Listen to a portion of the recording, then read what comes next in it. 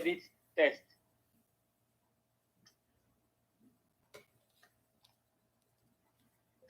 I can't. Of course I can't. Hold on. I'll just do it this way. I'll do it this way. So my date should be as if I'm Good morning, right, as if I'm everyone. Good morning, typing good it. afternoon. It's afternoon. Hello. Sure. So this afternoon, Fair. we're going to learn Pretend. about altered So respiration she had artificial airways. a popsicle. How much is a popsicle? So we'll just listen to So she our had teacher. 90 mil, half a gelatin cup. How much is a gelatin? 120. What's half of 120? 60. 60. Perfect. Half of a stranger's. A juice is 120 and she had half. So she had a 60 mil of the juice. She had 100 mils in her urine bag output. So it's 100 mil. See how it's not actually, oh, this should be, there should have been a time here too. Sorry. This should be time. You know what I mean? My date should be up here. Date here.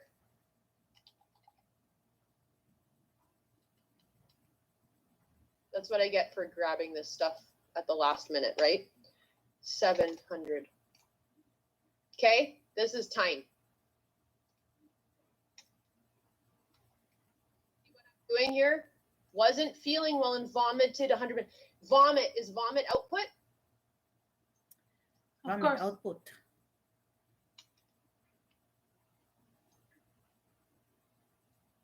What's next? 10 a.m. Feeling better. She ate half of sherbet. Hey, sorry about this view, how it does that. Let me get a little bit bigger, my friend, please. Maybe not. There. Okay, whatever. That's way too far. Oh my God, this computer. All right. So 10. Feeling better. She ate half of the sherbet, and the sherbet was 120. 60. So she had another 60 of sherbet, right? Is everyone following what's happening here? Seriously, 22 people in the class. Yes. Yes. Understand what I'm doing. Okay. So then I get here 11 a.m. The RN stopped her IV and documented 150 mils went in. So at 11, I'm going to put that there was. So he said that there's 150 went in. Total. For lunch, 12 p.m. What happened at 12? 0. For lunch, Polly had half a bowl of broth. 180. So that would be 90, right? She had half a mug of coffee. That's 6 ounces. Let's pretend that it's 60 mils, okay? Just because I don't want to do the math here. So let's be 60 mils. So she had half a cup of coffee. Will be 30 mils. And 100% serving of gelatin, and the gelatin is 120. Okay. The urine bag was drained of 300 mils, so that's going to be output, right?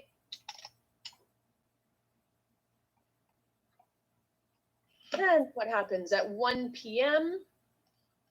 So at 1300, right? Because that's 1 p.m. 1 p.m. is 1300. We emptied a drain for 90. Is drain, do I empty a drain? Is that output? Output. Should I put it in my output? Yes. Yeah. Polly was assisted to the bathroom at 2 p.m. and she peed 150 mils. So I guess I should Output. document that she went to the bathroom, right? 5 p.m. The diet is increased to full liquid. She's helped to the bathroom. So 5 p.m. is 1700. She was helped to the bathroom where she voided 200. Okay. Returns to sit on the chair. Polly had half a can of ginger ale.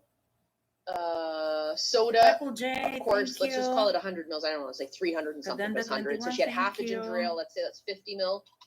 Fair? Whatever. Documenting namin. Documenting muna You, kami. Salamat. but you all do understand, right? I'm looking and the can said 355 and she had half. Nagla-live para may activity the ang math, ano so it should ko. be a real Kailangan ko number pa in ng there. I just made WH. that one up, but it'll be a real number. 1 bowl of soup, and I know that the soup was 180, right? Okay. I don't want to keep going because I'm tired already. At the bottom of the page, there will be a total. And you're going to use your calculator and add all those up. So if we just did this one, 6, let's say she didn't have anything else, the rest, no P or whatever. 270, 90 plus 60 plus 60. Literally, that's what you're doing. Plus 60 plus 150 plus 90 plus 30 plus 120 plus 50 plus 180, whatever your shift was, because you would total at your shift. You're not going to do the next person's. And let's say they had, I screwed up the calculator, just pretending. Let's say it was 1800, was total intake. You end up with a number for your total output. Whatever. I don't know, just make it up. But you end up with a total on both sides. Okay? That's it. 200, That's 300, literally it. 400. Dali. So when you are doing your care for your client, remember when we were talking about, well, how am I going to remember that stuff? And we had talked in class, and I said, you're always going to have a little paper in your pocket. And my paper is going to have VG at the top of my paper, right? Because I know I'm tracking Veronica's stuff all day. So I'll make my little notes. And then when I get back to the computer, the POC, or I get back, if it's a handwritten, then I can go put all of those numbers on the paper. Okay? As often as possible. I thought you were going to leave it for us to see more time. I thought some input output you did just now, we're still taking some look at it before you keep it on. Can you still put it back on for some time? You don't need to copy it. Please don't like don't be trying to copy it. I'm gonna give you the document. You can do it on your own. You can print it and you can do it what I just did if you want. So I'm gonna give it to you, but I wanted you to visualize how I took and put into the column. Okay, so share again my screen for you, but literally time, amount in or amount out. This is very simple, and then it's addition. You're just going to do addition. So if I tell you to track the intake and the output, you put the intake in the intake line, and you put the output in the output line. By the date at the top. So this and my shift. So Allison was tracking between 7 and 3. Who is the next shift? 3 to 11. Somebody else's hit. They're going to have their shift total, and then the night shift 11 to 7. They're going to have their total. Okay, so we're going to be able to see. So the physician would be able to look. The dietitian would be able to look at how much went in, how much came out. They're going to do equations and information about kidney functions, about if they're having fluid and edema. They're going to do all kinds of stuff with this information. We're not necessarily doing stuff with the information, but you're going to be tracking it 100%. There will be instances when you track it. So Davidson, is there anything that you don't understand when you're looking at what I just did? I'm good now. Yeah, so everyone does visualize. I took the time. And when it's PM, I have to change it because we always document in 24-hour time. So you're not going to put 4 PM, you're going to put 1600 or whatever time it is. And then no matter what, like you're going to be given a reference numbers. Okay? You'll be given reference numbers. Somehow, somewhere there, you'll be given a legend, and then you'll be able to do that. So if they say half of that thing, look, okay, it was 100 mils, so half is 50 mils. All right. So that is what's happening. That's all. It's all that's happening. But if you rush, you're gonna screw it up. If you rush, I promise. Right? It's really easy to put something in the wrong column or to miss a line in the document of the information. So just keep that in mind when you are putting information into your intake and output record. You're going to follow whatever style that record is, right? Because the facility that Nastran is working in might be slightly different than the facility I'm working in. The form might look a little bit different, you know. So just make sure that you're transcribing, you're putting the right information, the correct information, the correct column. Okay. Maybe not, Tracy. Like I said, I worked on a unit and people were like complaining, like, I don't know how much that is. And I was like, why don't we just measure it with a measuring cup and put a sticker on the wall? Solves the problem. So there should be a legend in where you work, but there may not be.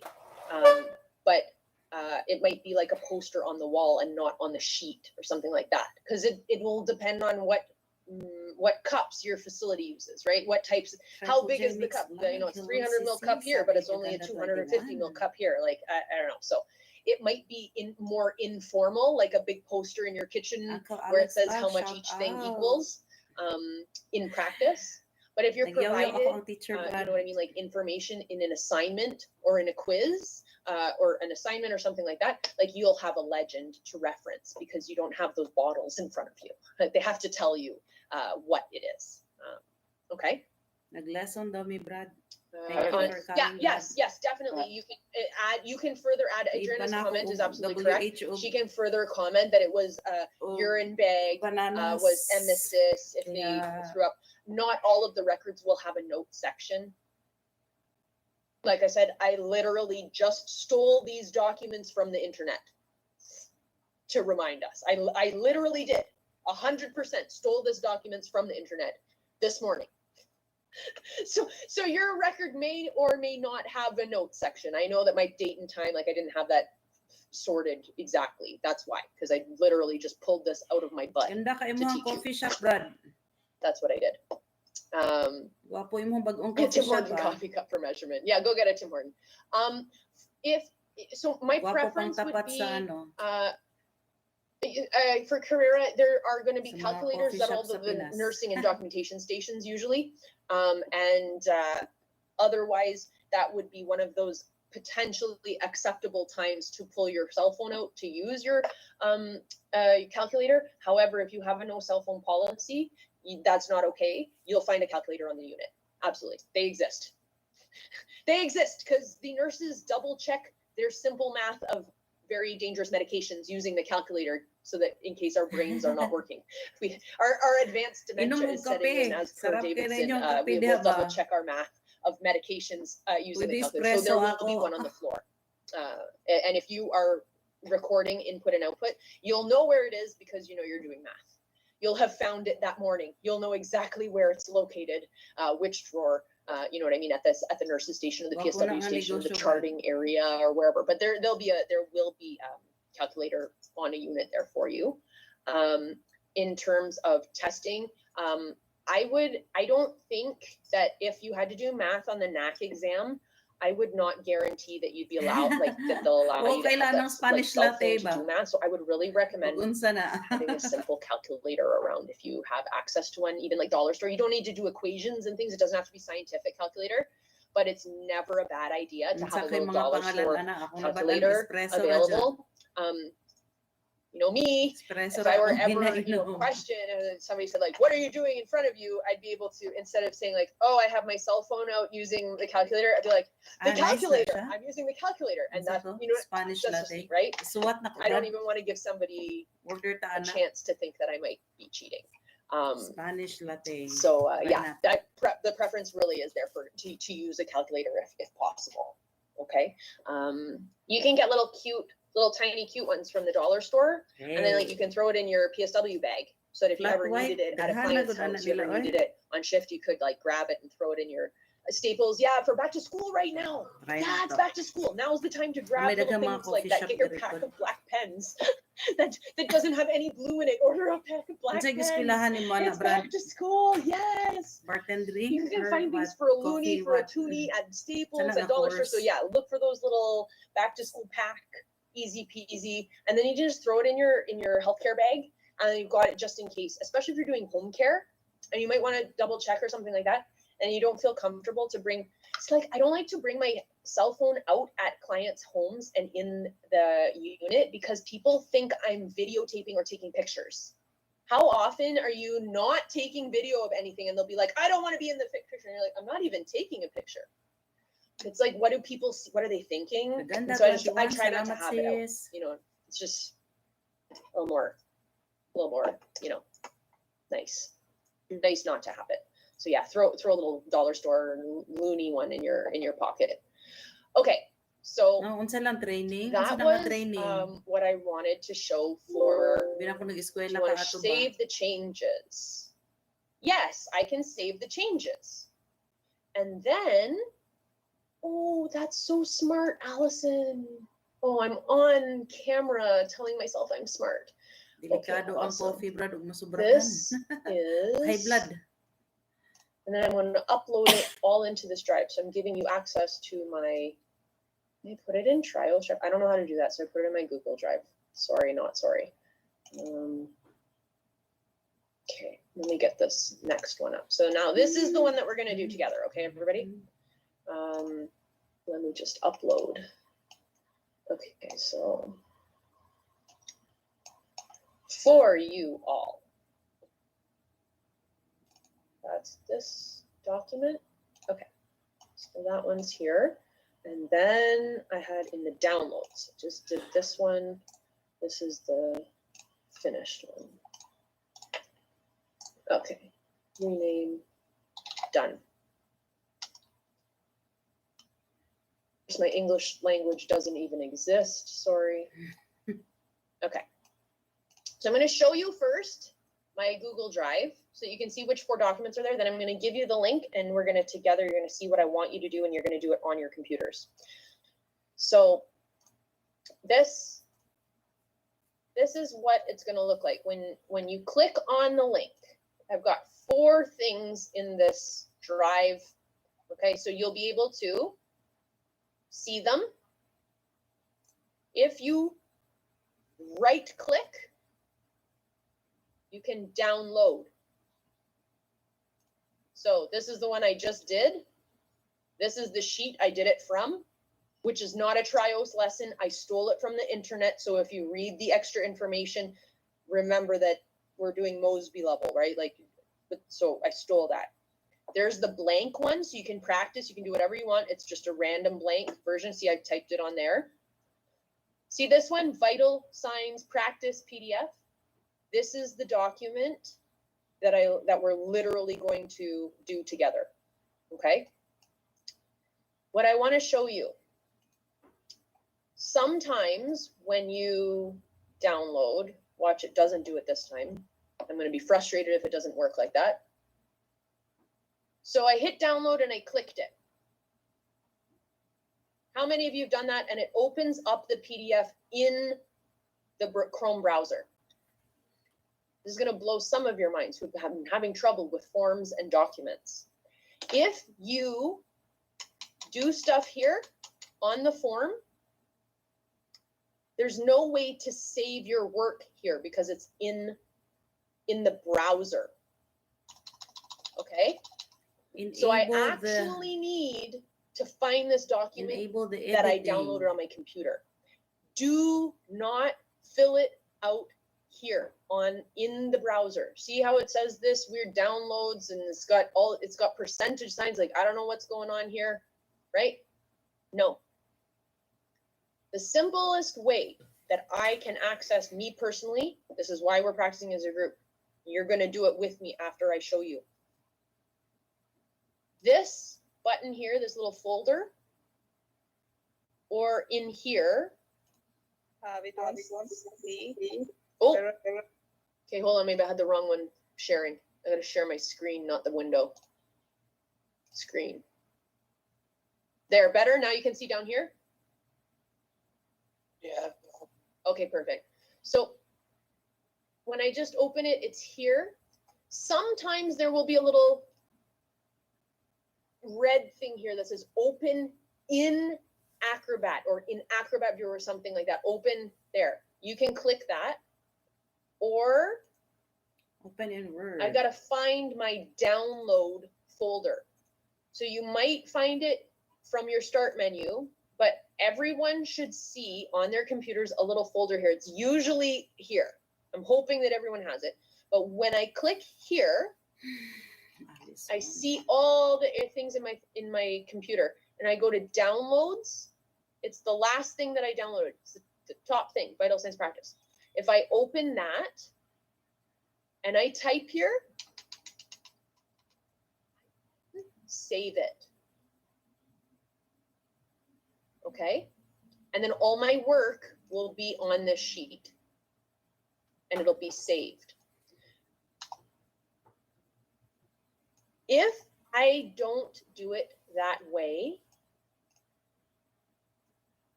I can't do anything with this. There's no save here. I can't do anything with this. Do you know what I mean? I can't send it to Ali. I can't email this document to Ali because it's like here in the internet. I know it's weird. I'm not an internet professional, but it's like I can't do anything with it here. So I actually need to get the copy that's on my actual computer. So for me personally, it's click this folder, click downloads. Am I back? I heard my thing saying I was gone. So I like to click here, downloads, and then because it's the last thing that I download, I'm doing it right now, I can open it from here. Okay? So I am getting the link. Copy the link. Stop presenting. Oh, yeah, Tracy, it won't save. So I've shared the link to my drive, to that folder, into the chat. So you personally can click on that link and it will open in your browser. I want you to download to your computer that Vital Signs practice sheet.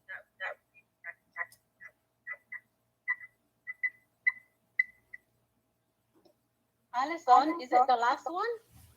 The title of it is the Vital Signs practice. Okay. I don't know which view. There'll be 4 documents in there though. One says done in and out, and then intake output worksheet, main intake output record, and then Vital Signs practice. You're welcome to download all of them and re-practice the input output, of course. Remember, the document is not from Trios. I literally stole it. I stole it today. But hopefully the first step is everyone able to click on that link and open that drive in your browser. It should come up and there should be 4 documents there. Okay. Then I want you to right click and I want you to download that Vital Sign sheet. This is literally seriously really important that I help you to do this process. I'm dead serious. So for those of you that this is hard and you're struggling and you're following and it's hard to follow, pay attention. I need you to pay attention. For those of you that are like, Ali, I know this, I appreciate your patience with this lesson. Okay. So hopefully we've all been able to download that document now. Not yet. Yeah, I know. Yes, of course. We're going to have lag issues and internet connectivity issues. So I'm trying to take time, of course. So absolutely. Hopefully the process is starting though. For those of you that do have lag and timing and computer issues, I'm hoping that we're on the right track. We're following this, how it's going. You got it, Ali. Okay. I'm going to open September. mine on my computer here as well. The computers need oxygen. Today is Yeah, I know, September right? 3, it's September 2. The provincial government and the federal government should be working to improve our internet connectivity at better, lower prices. Are you see? Yes, Mine is open, but I can't see where to download it. you have to right click on that document, and then a drop down menu will appear. So you're going to actually use the right clicker of your mouse. This is just a Yes, cheat Danielle, sheet. you're gonna. If you are already ahead of me, you can go ahead. I want you to complete the activity, and you're gonna email it to me. Just email it to my email, or drag it into the chat. I don't care. You're just literally proving to me that you can do this process. If you haven't read between the lines already, you need to be doing our. Well, you'll be online on Tuesday on your computers, not on cell phones.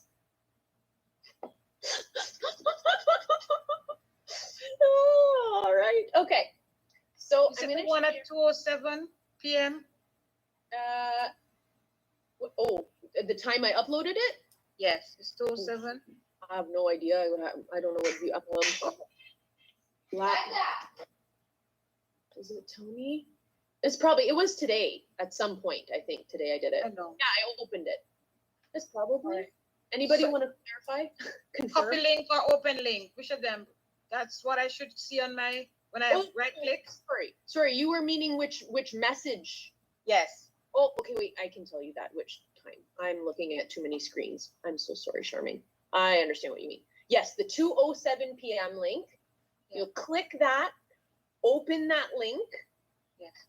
So this is not exactly like, other things. Like if you were downloading a document from Brightspace, for instance, it'd be just slightly different. So I had to use my Google, but the process of download and then it opens up in your browser, you can't do anything on that page. You actually have to get it on your computer and edit it. So yes, the 207, go to that link and there will be 4 documents in there. The one for right now that I want you to download is the one that's Vital Signs Practice. So it'll be a right click, download. The one that says graphic. It has a graphic, yeah. So that's the one we have to do today. It says I'm going to share my screen just 1 second. So Okay. we're all on the same one, then you can compare which one you have. I'll share it right now for those of you. This is the one that hopefully you've downloaded.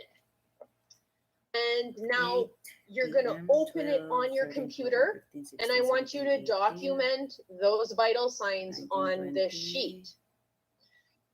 And the way to do that you're going to do that on the computer is by date. I'll click, and this is a reading comprehension assignment as well. Oops, what did I just, no. This is a reading comprehension assignment. Dates change, and there's times. So I have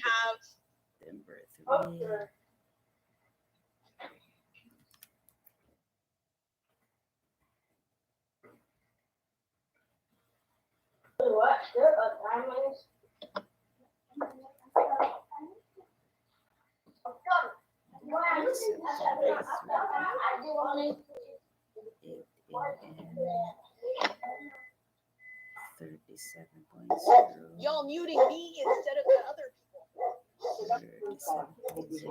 All right. So, Hey, Allie, yes. on September 3rd at 4 p.m., it says the temperature is 36.5, but we can't change the times up top. So how can we input 4 p.m.? Well, what is 4 p.m. in 24-hour time? Would fall under the 16. Oh, the 16. Okay. And 8 p.m. is 20. So that's what I mean. This is a comprehension piece. Everybody remember we chart in 24-hour time. So it was the input-output record was given to you in 12-hour time. You have to make sure you put it in 24-hour time. You're given information in 12-hour time, and you need to check that it's going in the thing. So I'm going to do the first one for the class so you can see. So I put my date in. Okay. This second one is going to be under the same date, isn't it? At the different time, same date. Okay. So at 8 a.m., so this is the line I'm going to do. Her temp was 39.5. You can just put a star in there for me. That's fine because it's a weird online form. Pulse. 130, 25, I did it. Outside respiratory on deaf. I'll Oh, do the second one salamat. for you. At Lovely noon, Reds. that's Ay, 12. nandito Their ang temp magandang was babae. 39.0. Hello, maganda. See what I'm asking you to do here? Diyan si Lovely Reds. Ang may magandang mga kamay. Kumusta Sorry, si should I Reds? copy link or open link? Because I went to open link and it did not come. It's gonna Nag-study open in the ako. internet for you, Charmaine. September 13. It'll open in the internet. Is going to bring you to an internet site, and then you'll download the document from that internet site. So it'll be in your actual browser, though. When you click it, it'll open in the internet. No.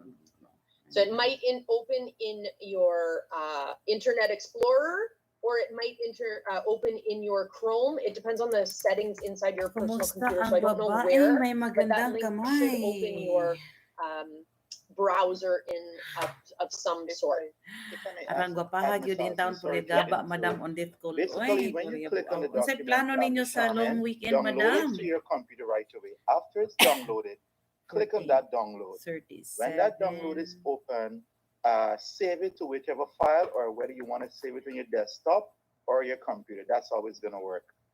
Thank you. Yeah.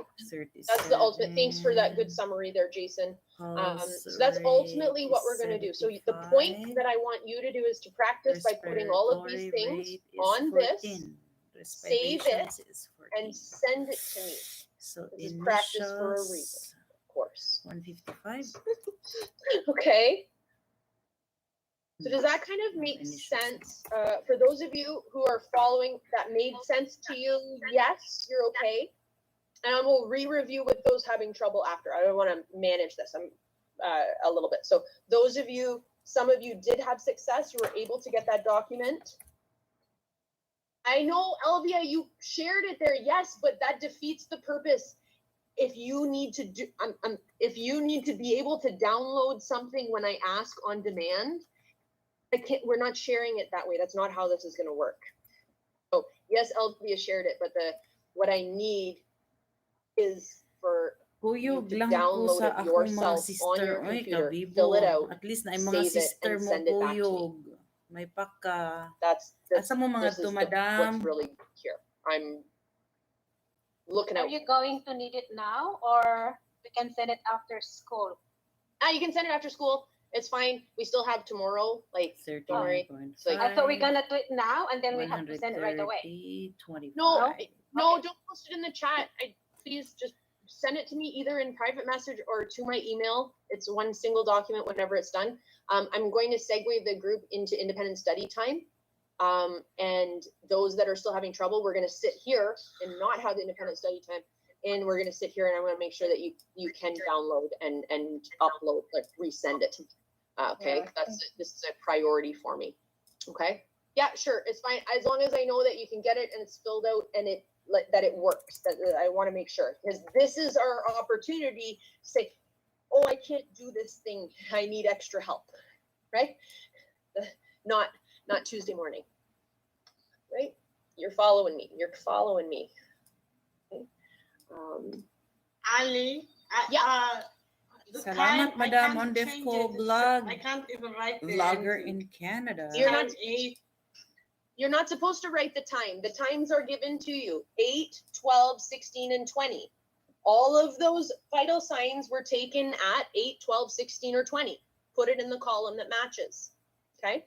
You don't have to write a number. Just put a star, or I don't know, there's no check mark, whatever. Put a star in the box that goes for temperature, and you put the number in the pulse and a number in the respiration rate, and then you put your initial at the bottom, because we always initial.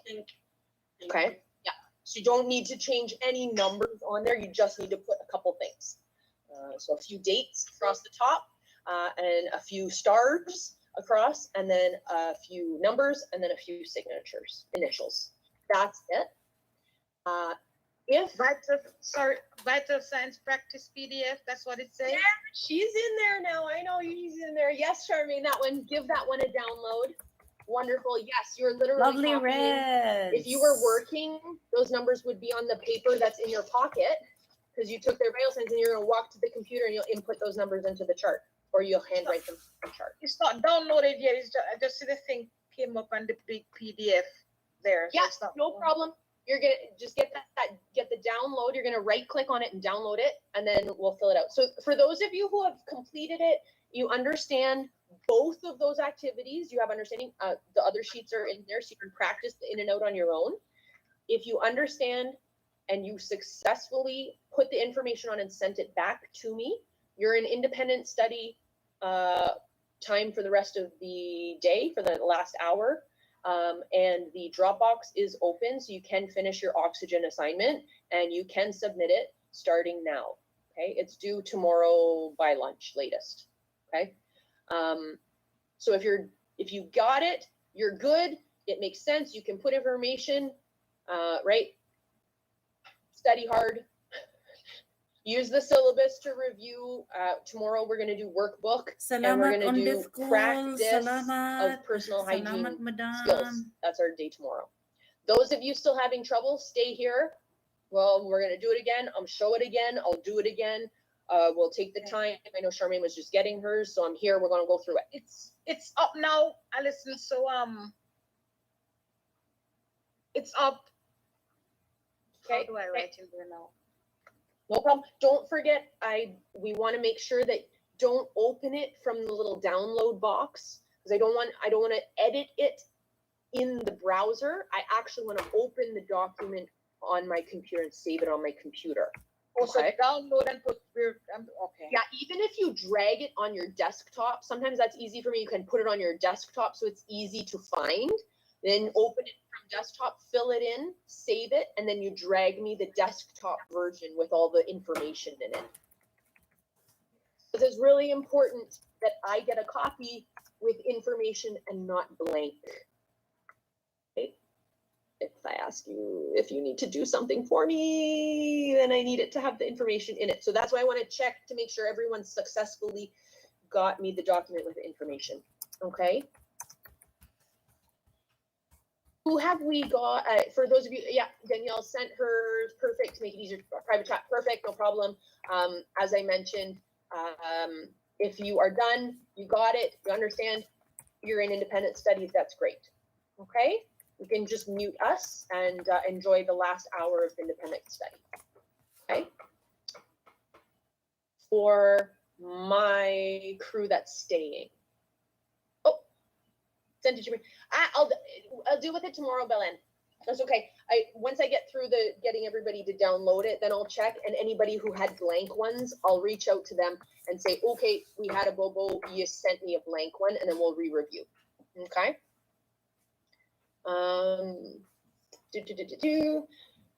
Yeah. So if it was perfect, you won't hear back from me. If there were issues, then I will reach out to you. Okay. Perfect. Perfect. Perfect. Thank you, everyone. Thank you. Again, I'm here, obviously. And cancel that. So, Nastran, yes. Sorry, I was kicked out. What happened? Because I was filling the form and then I saw the date, September 2. It's in the morning and the end of the page. And then we have to start September 3 before September 2, which is the order of the date would be different. No. September 2 at 8. And then it would be September 3 at 8 p.m., which is 20. And then we have to go back to September 3 before. Yeah, we don't have a place for September 4. If this There is. September 2nd, 2, 3, 4. if You still this have is 2. the 2nd, this Right. is the 3rd, this is the 4th, September 5th, September 6th. But September 3rd, it's 8. September 2nd is 8 p.m. 8 p.m. in It's in 24 hours. 24 hours is not here. It's It's here here. in the end of the chart. Is that 20, right? Is 8 p.m. 20? It would be 20 at the end. And Here. then M. we have to go back to the, No, here's 8 a.m. on the next day. Do you see the column? Here's The Yes. second at 8 p.m. Here's the Oh. third at 8 a.m. Oh, Third, I 8, 12, 16, 20. Fourth, 8, 12, Kaganda 16, 20. 21. September 5th, 8 a.m., 12 noon, 4 p.m., 8 p.m. September 6th. So each day and 4 times a day. Hmm. Okay, I- so the signature will go across. I So there, just 8 and the end, I just look at 20. I said, okay, so 20, I have to look there and okay. that's why, so you're gonna go across, do your version. September 2nd, put your date. September 8 a.m., so this column. September 2 noon, this column. September 2, 8 p.m., this column. 3, 8 a.m., this column. Okay? Good Thank- question, good question. Anyone still having trouble opening? I am, No all problem. right, I just saved it to my desktop. And I'm here until 3:30, All right, so what just do I? like the rest of the class, right? We're being recorded right now. I know everybody needs that practice time, but it's nice you've got a little bit of time though. You can work on that workbook stuff. You can work on your assignment, or you can be looking back and thinking about that personal hygiene stuff, because we're going to review that junk tomorrow too for practice for our stuff. So no problem. Right, I'm here. We're here for another hour in class, Charmaine, and that was why I wanted to start early, and I wanted to give enough time, was so that we could, for those who had lag in the computer, who had to deal with these kind of things, then we would be able to do it, so that if it should come up, there wouldn't be panic, even if it's going to take a few minutes. Like, you're going to be frustrated, but you'll know the steps that you're going to take. So you won't have that side of the panic. You'll just be frustrated at the internet and your computer. But it won't be panic that I don't know what to do. That's what I mean, right? The second one is correct. No problem, Caitlin. Got you. So what do I do now? Because I wasn't able to see you while the thing was up. Yep. All right, so I have the time, the date. So put the dates in September 2, 2020, all across. Yeah, I would suggest to start with the first one. So look at your first vital sign, and I'm going to check that date, and I'm going to put the date in my first column, September 2nd. Yes. And then that vital sign, I'll identify what time. This is usually my standard. 8 a.m. Perfect. So I'm going to identify the column that matches 8 a.m. on that day, and take your mouse. I know it's so awkward as a digital form. Again, part of why we're practicing. So I will recommend that you bring your mouse and click, because we'll start with temperature. Find the right box for the temperature underneath that 8. In that 8 column, one of those boxes will match that temperature. So if you put your mouse in there, click in there, you can just use the asterisk on your keyboard, or an X. The X, you could use X and just put the letter X in the box, or star. Yes. And then you're going to follow down, and where it says pulse, I want you to take that pulse number from 8 o'clock. I want you to type it in, physically put those in. I don't have that open now in front of me, but 130, whatever, 250 pulse rate, whatever. And then underneath a respiratory rate, I think respirate is under pulse, I think. I have to write in that the pulse. Yeah. Okay. Yep. So whatever number was for pulse, transcribe that into that box under the 8 o'clock column. And then the next one will be respiratory rate. You put that in there. Yes. And then you gotta sign all your documentation. So you're gonna put your initials in that bottom box under initials. Okay. Yes. Now back up at the top, you're gonna get that second set of vital signs. September 2nd, but it's at noon, I think. So Yes. what is noon? It'll be 12. 12. So then I'm gonna put it under the 12. Bye, Nastran, if you're leaving. And you're gonna go down under that 12. Temperature, put a little X or a star or whatever. Put that pulse, put that rest rate, put your initial. Yep, in that column. Okay. And then I go for the pulse. Yep, just going right across, and you're going to do all those vital signs onto that chart. Now, part of the reading comprehension, though, is to identify the correct time column that it goes in, because there might be, right, there's 16 equals 4 p.m., 20 is 8 p.m. So I need to use my 24-hour time, my comprehension, to pick the right column or the correct column. And then also can get tricky with the dates. So I have a date, and then I'm going to need to have the next date in the next set of columns and the next date. So the second, then the third, then the fourth. So that there might be a few gaps when we didn't take a reading at noon, I don't know, on the Wednesday or something, the third. So nothing should be in that column under noon because we didn't take any vital signs. So there's a part of it. This is reading comprehension too. We're gonna right trick you with the 4 p.m. or the 8 p.m. and you see a 20, right? Yes. Yeah, no problem, Carrera. Like I'll see, like I said, the real point here was to see that you can do it. If you were ever asked to do that, please make sure you double check your comprehension, reading comprehension, check your lines, don't rush through this type of activity.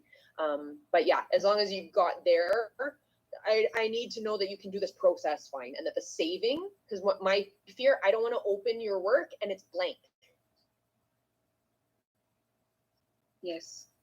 Right? So that's it. This is that check. Can we do this? So if we're ever asked, the panic will only be because we're annoyed at our computers and not because we can't actually do this process. Okay? Perfect. So just go ahead and continue on. Davidson, have you successfully got that document on your computer? You're starting to fill it out. I'm hoping Linda also is okay because she's still sitting here. So hopefully she was successful in doing that as well. Yes, you did. I like that. That was my goodness. Okay.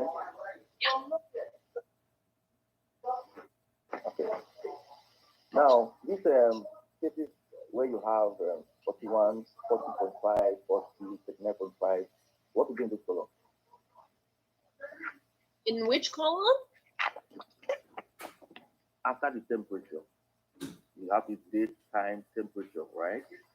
Then you have those calibrated figures, 41, 40.5, 40, 39. What does those one mean? I can't hear you well, Davidson. I'm sorry. Yeah. Hold the microphone right in front of you. Yan nyo muna yan sila, guys. Alright. Chika. After the date, Ayusin muna natin yung bike ko. Tulungan nyo nga ako. you have time, Yeah. you have temperature, then you have these calibrated figures, 41, 40.5. Davidson, those are the temperatures. So we don't need to touch those ones, right? No, okay. Can you see my screen if I can share it, Davidson? Okay, chef. I'm sharing the screen. I'm sharing the document. Right? Yeah, I can see your screen now. Date.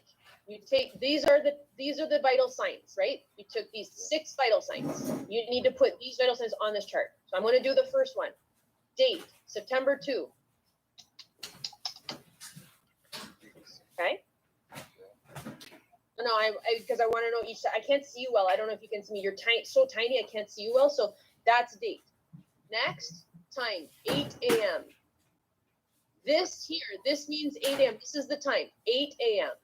12, 1600 hour is what? 4 o'clock, Correct. And 20? 8 o'clock. Perfect. What do you think this means? Why am I at 8 again? That will be the next morning, 8 a.m. Yes, sir. So over here, this vital sign, Okay. 8 a.m. will be in here. Okay, so for September 2, this first set of vital signs, at 8 a.m., I got to use the 8 a.m. column. The temperature was 39.5 Yeah. at 8 o'clock in the morning.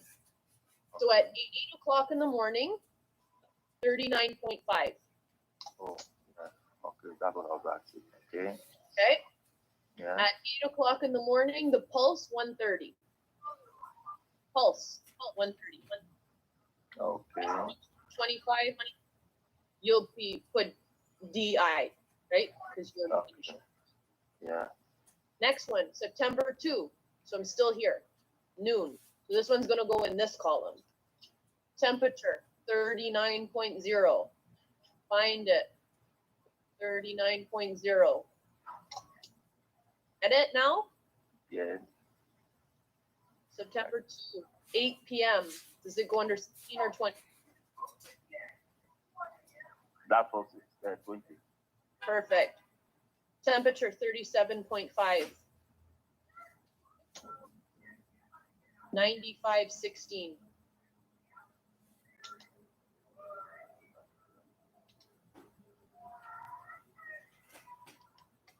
You know? Yeah. So you're gonna use the comprehension because there's gaps here. I did this on purpose. I made gaps to trick people. So you're gonna use your comprehension, the 3rd, the 4th, 5th, 6th, those are different days. Fill that out. Then you're gonna save it and you're gonna send to me. Save it. I just. So go up to the file, Okay. save. Right? So you're gonna save it using file. Up at the top, file, save, and then you can drag it into private conversation with me or send it to me in an email as an attachment. Or in another instance, perhaps another experience with this, there might be a button in front of you on the screen that says upload here. Then you would click that button, upload, and put it there. See what I mean? Let me try. So this is the point. So I want you to finish filling in the rest of that information. So we don't space. I had it right. What do you mean space? If there's nothing for the 1600 column, you don't put anything. So you would have a gap, but it has to be under the date, the correct date, and then whatever time. So if you only took 8 a.m. vital sign, then it should be 8 a.m. full, and the rest will be blank. And the next 8 a.m. blank. But those are different times. So you have to match the time with the date. Kaganda 21. Thank you, sis. Did that make more sense, Carrera? Oh, yeah, no, don't put a column between them. Each set of those 4 times, the 8, 12, 16, 20, each one of those was a different day. So it was the 3rd, the 2nd, 3rd, 4th, 5th, however many. Ms. Allison, Yes, sir. for the input, for the vital signs practice sheet, okay, I'm Yep. seeing the various temperature that you're having on the left, and I'm seeing the date. So let's say for Saturday the 2nd, the temperature is 39.5. Should I click by 39.5 or write it in? No, just put an X or a Perfect. I was star. thinking from, that, yeah. I'm fine with that, yeah, because you are. Thank you, Your thank you. documenting is 39.5, so you're putting Yes. your mark. Yes, thank you. Thank Whatever's easiest with your keyboard, X, Okay, sure. star, Thank you. button, whatever. I'm easy, as long as it's in the right box. you. Yes, thank you. Bye-bye. Absolutely. Oh, thank you.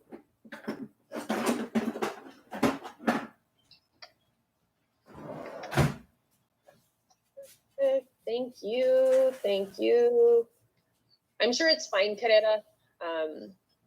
It's probably fine.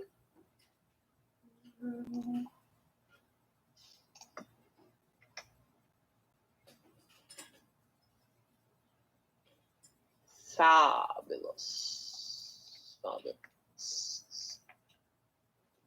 And let me know, Charmaine and I just lost my. I didn't save it, and I just.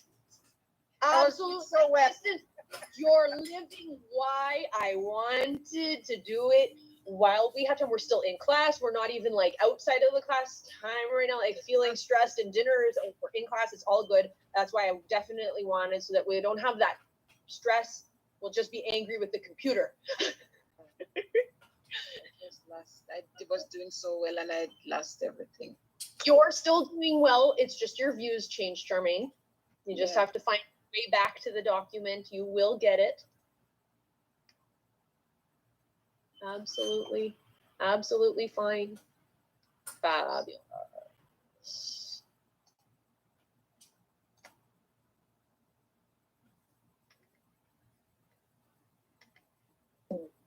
Okay. And I know that this was not a perfect this was not a perfect reenactment of the potential of this activity, but it's really, really close. So I figured, at least we've done an activity very close.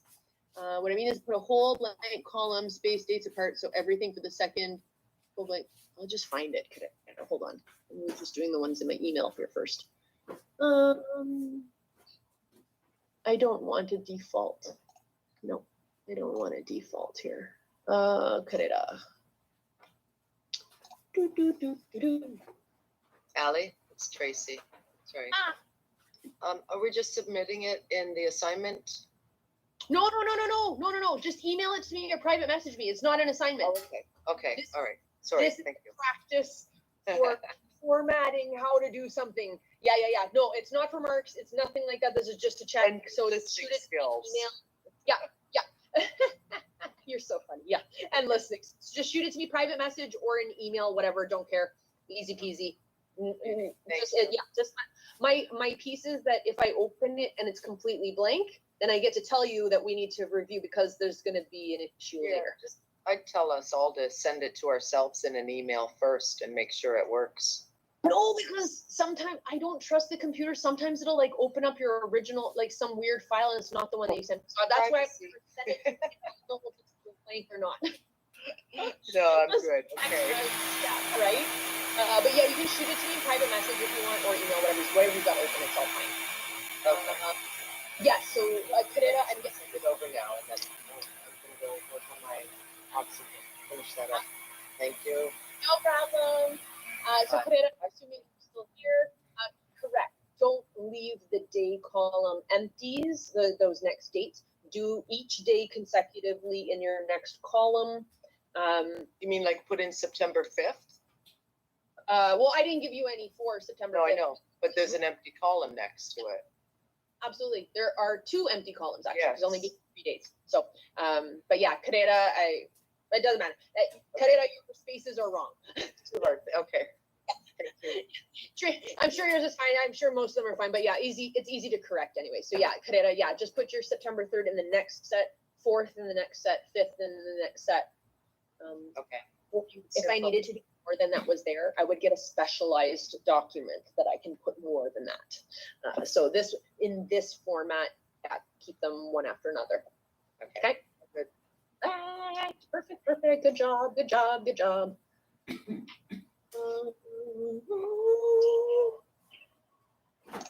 It's not working.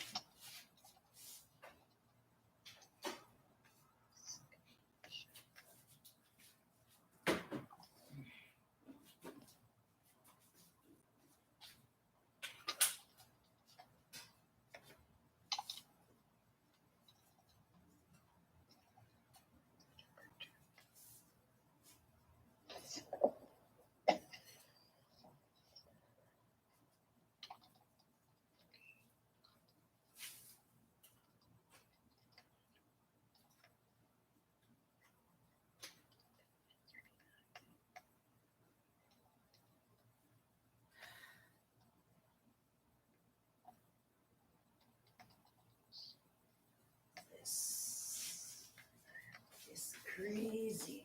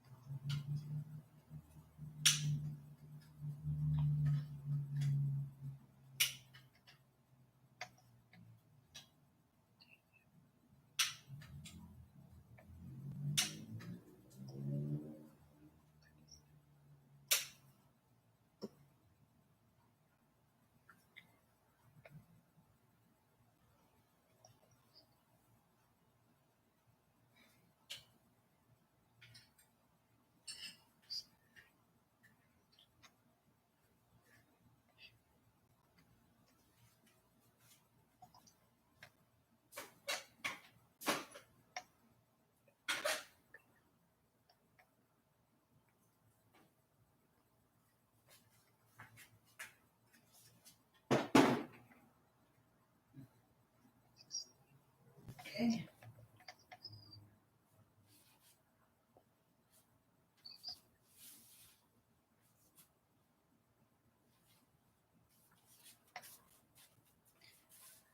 Nandit ko, thank you. Inayos ko ang bike ko para may masakyan ako mamayang gabi. Salamat sa pagpunta.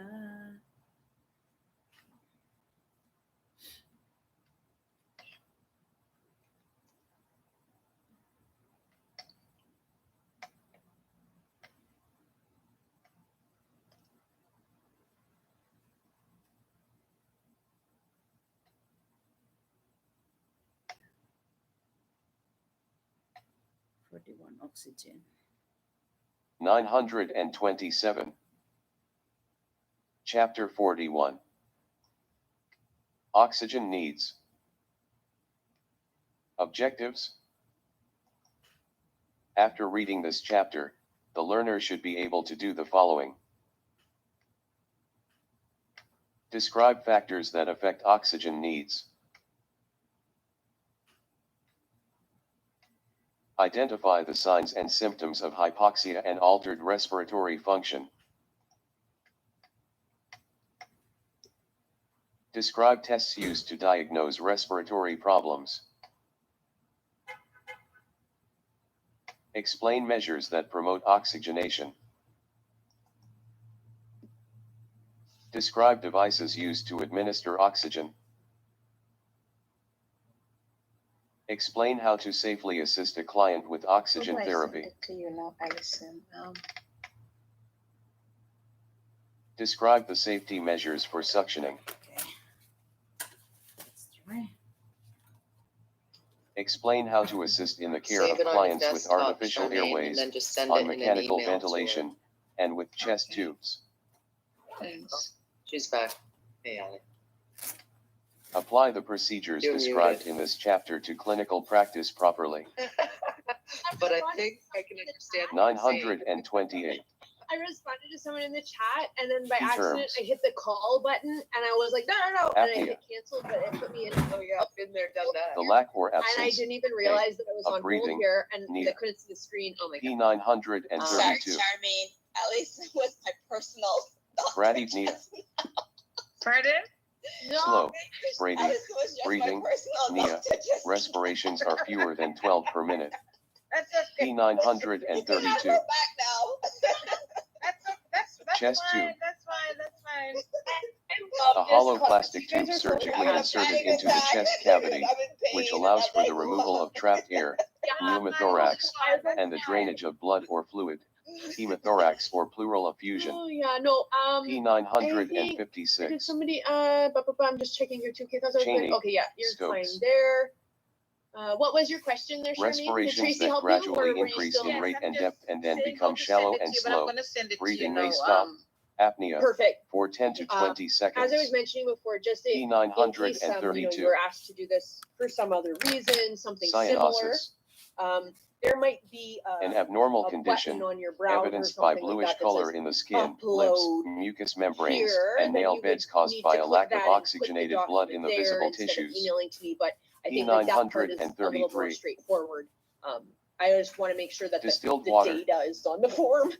Yes. Sterile and That's pure my water that has biggest been boiled issue, and is allowed make to sure the cool and data is condense. on that form. So P943. I'm just slowly going through the chat and my emails, and I'm Eupnea. just sending a thumbs up back or anything like that. to Normal people. breathing. So no news is good news. P931. Or a thumbs up, that's good news. But yeah, that's Face why I wanted mask. to be here, make sure that we could go through it, and then also A give mask us used to tomorrow deliver oxygen make that covers appointments the with people client's who are nose still and having mouth. any issues with the computer. P941. Yeah. Flow meter. No, both of these handouts are actually A technically device that just for regulates the self-practice. flow of oxygen to the neither nasal are for cannula marks. or face mask. Me checking on this P940. vital signs one was literally practice Flow because rate. I want to make sure that data gets The volume of a transcribed, substance, transported, or such whatever as through the oxygen or document. fluids, administered So, over a yeah, prescribed you're good, period. good to go for just completing that stuff P942. for practice. And you can make your, Hemoptysis. for those of you that are listening in the background, you can make your own vital signs and add Bloody, to that document. I don't hema, care, like just to practice sputum, yourself if you want to. Dysis, meaning to spit. P931. Humidified oxygen. Oxygen that contains water vapor. Hello. P943. Anything from your mail? Hyperventilation. I'll get to it in a second there. Give me a second. Respirations that are more rapid, hyper, and deeper than normal. P932. Hypoventilation. Respirations that are slow, hypo, shallow, and sometimes irregular. P932. Hypoxia. A deficiency, hypo, of oxygen in the cells, oxia. P932. Let's see here. Intubation. Good. The process of Good, inserting Davidson. an artificial Yes. And the airway. data transported. That's perfect. P949. So my reminder though, Davidson, is that there is a chance that Small you respiration. might have to click on a button, Deep, right? rapid Upload respiration it characteristic of into diabetic the acidosis or website other or something conditions like causing that, acidosis. Okay. So that's just a P932. little reminder. Mechanical ventilation. Into this our chat activity. The use of a ventilator to move No, air no, no, into it's and not out an of the activity lungs. for me. Remember, I'm P954. we practiced for a reason, Nasal cannula. right? A flexible tube inserted into So, the because nares I of the want nose how to deliver important, oxygen the practice P940. is, I'm just reminding Orthopnea. us that Shortness you of might breath. be asked to do dyspnea. something, and it When might not lying be in a saying flat to, or like, supine position. email it to me. Ability to that breathe might not be comfortably. what you're supposed to do Nia. with it. Only So when what I was sitting like, or standing. My Ortho. fear is that they're P929. blank, and there's nothing to mark on them Orthopneic if position. they were for marks. You know what I'm saying? Sitting So up, that's the practice. So ortho, your data and all got on leaning that over a table document to breathe. perfectly. That's fabulous. Obviously, we're able to get it to P933. the email, so perfect. But yeah. Oxygen conserving devices. Thank you so much. Forget to Devices that help reduce oxygen as wastage. well. Review. I've given you my P939. little bad version as well there that I filled out, so you can use that document. Don't quote the A harmful the document, chemical like I said, or it's substance not, in air or literally, so water. I don't even know who made it. But the page 2 P931. of it has the 7 o'clock she ate Respiratory the arrest. to 8:10 p.m. she peed, all of that stuff. So you can take that, Stoppage of that breathing. page of the document, you can put it on an P930. output chart to practice if you want. Okay. Respiratory depression. Thanks so much. No problem. Slow, weak respirations at a rate of fewer than 12 per minute. Respirations are not deep enough to bring enough air into the lungs. Skills that you could be quizzed on for your demonstration for marks. Okay. SOB. Okay. So that's tomorrow's going to be a Acronym for short of breath heavy enough P929. Okay. Thank you so much. Thanks for the SOBA. Now it's tech savvy. I'm not tech savvy. Acronym for short of breath on That's why I exertion wanted to make sure that we did it in class and I P929. had enough time so that we could do justice. So if you did have a problem, then we weren't going to lose all extra time. Mucus If we from have the to review our respiratory share system that is screen or anything expectorated, like that, we expelled have lots of through time. the No mouth. panic. No problems. It's doable, P946. and you had success, so I'm happy. It's perfect. Suctioning. It's perfect. Bye-bye. Absolutely. The process and enjoy of the rest of your withdrawing or study sucking time. up fluid. Secretions. I'm just getting mine sorted out. P952. I finished it, but just to send it to you know my Tachypnea. computer when it's I sending don't it know. through the student web. Rapid. Tachy. Breathing. Nia. Respirations are 24 or more per minute. Technically, we're not even P932. overtime. Tracheostomy. I'm just checking everybody's A surgically created things opening, that they sent ostomy, me. Send them through back the a neck little into bit the of trachea. feedback. P950. Well done, everybody. As long as Ventilator. it's in the right place, that's what I'm really hoping for. A machine used to provide airflow into and out of the lungs. I think it's P954. Oxygen, O2, is a gas that is part of the air we breathe. It has no I don't want taste, to log out odor, and then or it color. takes time to come back. Oxygen is the most important basic need for life, and without it, death will occur within minutes. Breathing is something that we take for granted until we experience difficulty breathing. People who have certain illnesses or are in stressful situations might experience difficulty breathing, which can affect the amount of oxygen in their blood cells. As a support worker, You will often work with clients who have difficulty breathing or absorbing enough oxygen into their bodies. To survive, these 929 clients require oxygen, which is supplied to them through a nasal tube or mask. It is your responsibility to know how to provide safe and effective care to clients. Figure 41-1. C. Chapter 17 for a description of the respiratory system. Figure 41-1. Oh, I know it. The respiratory system. Oxygen therapy is handled in the same way as any medication. The physician prescribes the amount of oxygen, the device to use, and the times for therapy. Some clients may need oxygen constantly, whereas others may need it for relief of symptoms such as chest pain, in those with heart disease, or shortness of breath, in clients with respiratory diseases who may have enough oxygen while at rest but become short of breath with mild activity. As with any task, before giving or assisting with any care described in this chapter, you should make sure of the following. Your province or territory allows you to perform the task. The task is in your job description at your facility or agency. You have the necessary training. You know how to use the equipment. You have reviewed the task with a nurse. A nurse or respiratory technician will supervise you. Factors affecting oxygen needs. For cells to get enough oxygen, the respiratory and cardiovascular systems must function properly.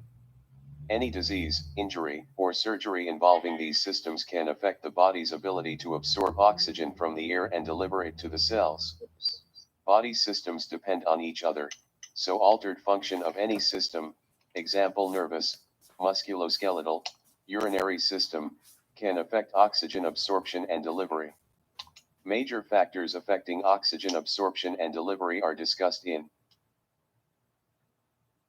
Box 41-1. Box 41-1. Factors affecting oxygen needs. Respiratory system function. The airway must be open, patent, and there must be an adequate number of alveoli, single-celled air sacs in the lungs, to effectively absorb oxygen and excrete carbon dioxide, CO2, which is a waste product. Cardiovascular system function. Oxygen is required by all cells to produce energy to carry out their proper functions, and blood must flow normally to and from the heart to all bodily cells. When blood vessels are narrowed by disease or other causes, blood flow will be affected. Capillaries and cells must exchange O2 and CO2 efficiently. Red blood cell count. Blood must have enough red blood cells, RBCs, which are produced in bone marrow and contain hemoglobin. Hemoglobin contains iron, and it picks up oxygen in the lungs and carries it to the cells. Health challenges that reduce RBCs in the blood include chemotherapy, leukemia, iron deficiency anemia, and blood loss. Nervous system function. Nervous system diseases and injuries can affect respiratory muscles, making breathing difficult or impossible. Brain injury as well as use of narcotics and depressant drugs can affect the respiratory rate, rhythm, and depth. Aging. Respiratory muscles weaken and lung tissue becomes less elastic with advancing age, making coughing more difficult. If the person cannot cough to remove secretions from the upper airway, pneumonia, infection of the lungs, can develop. For this reason, older adults are at risk for respiratory complications after surgery. Exercise. The body requires more O2 when it is exercised, to supply energy needed by cells. The O2 demand throughout the body is usually met by increasing the respiratory rate and depth in the lungs. Clients with heart and respiratory disease may have enough O2 while they are at rest, but with even a slight increase in activity, their bodies may not be able to bring in enough O2 and deliver it to the cells for energy. This lack of O2 stresses the heart and lungs, which, like all tissues, require oxygen to perform their necessary tasks. Okay, I send you two kinds. The first one is the input Fever. and output. When fever is present, One, O2 I needs don't know if increase the right because one the goes. body is Please working take for hard me. to fight the Thank infection you. that is causing the fever. Doing it now. The metabolic rate also increases. To keep up with the body's O2 needs, the respiratory rate and depth must increase. Pain.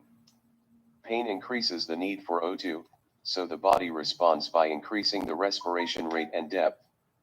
Clients with chest and abdominal injuries or surgeries are unwilling or unable to take deep breaths because of the pain caused by There you go. I breathing in sent and that out, to you, Mina. which further increases their need for O2.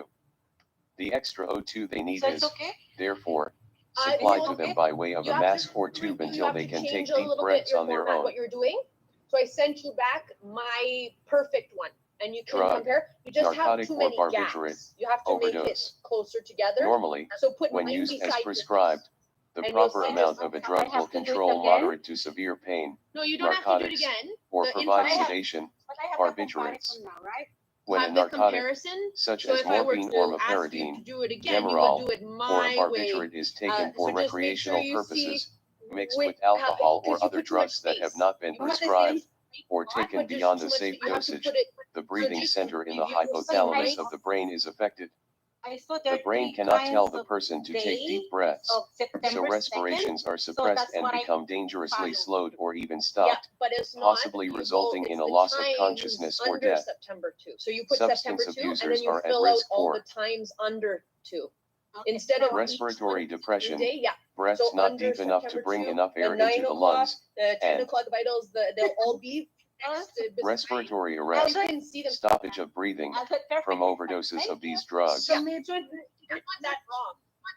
It's too spread. So I sent Smoking. you back my one. I took a Those who snapshot. smoke It's inhale air that complete, is so you mixed can with open the harmful side and you'll see substances that can exactly. You damage just the have to lung move tissue it and have all been proven to into this cause lung cancer one and date chronic of September 2, obstructive not pulmonary one for disease, each.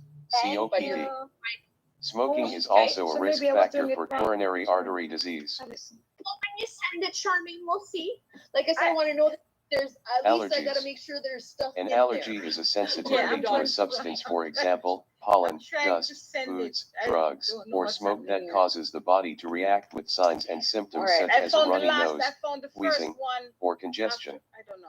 As part of the allergic See, reaction, that's why I the wanted to upper airway practice, mucus membranes may swell. And you'll be With able severe to, swelling, you know what, you'll the be airway in good can shape close, in the resulting future. in shock and death. You'll be able More to commonly, anticipate. however, people with allergies are at risk for chronic bronchitis and asthma. Pollutant exposure.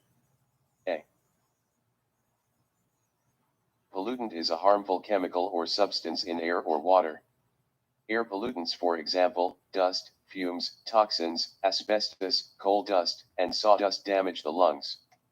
Exposure to pollutants can occur at home, in the workplace, or in the community. Nutrition. Good nutrition that includes iron and vitamins, vitamin B12, vitamin C, and folic acid, is necessary to produce RBCs, without which the body cannot transport O2 to cells. Alcohol. Alcohol depresses the brain.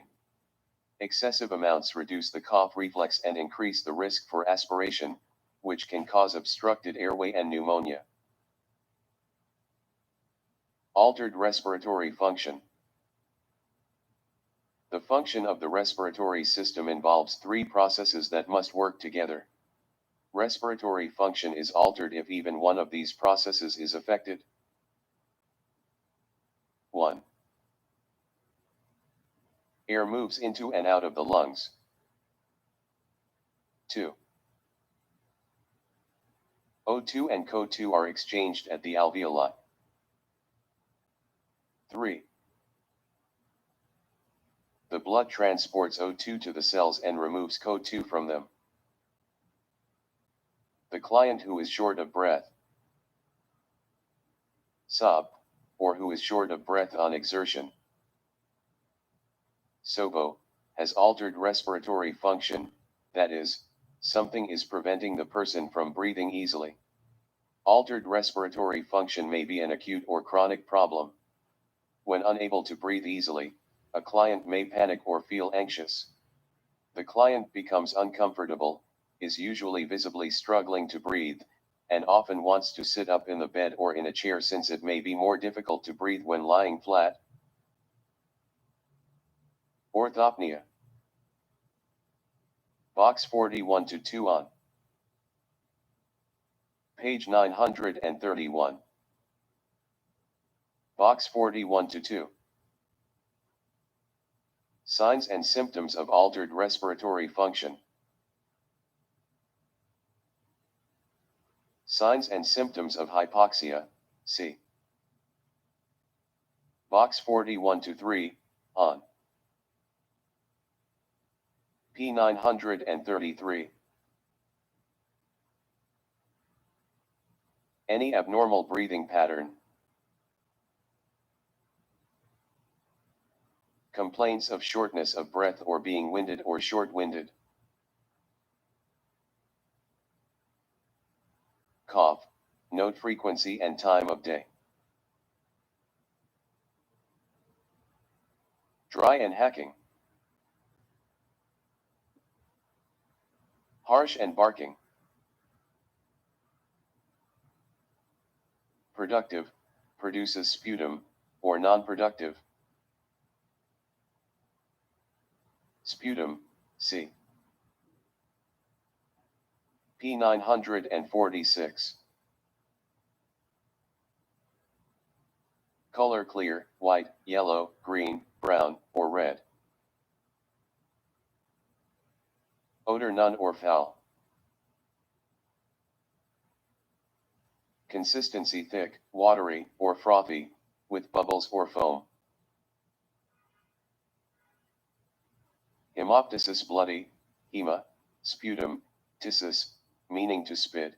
Note if the sputum is bright red, dark red, blood tinged, or streaked with blood. Noisy respirations. Wheezing. Wet sounding respirations. Crowing sounds. Chest pain.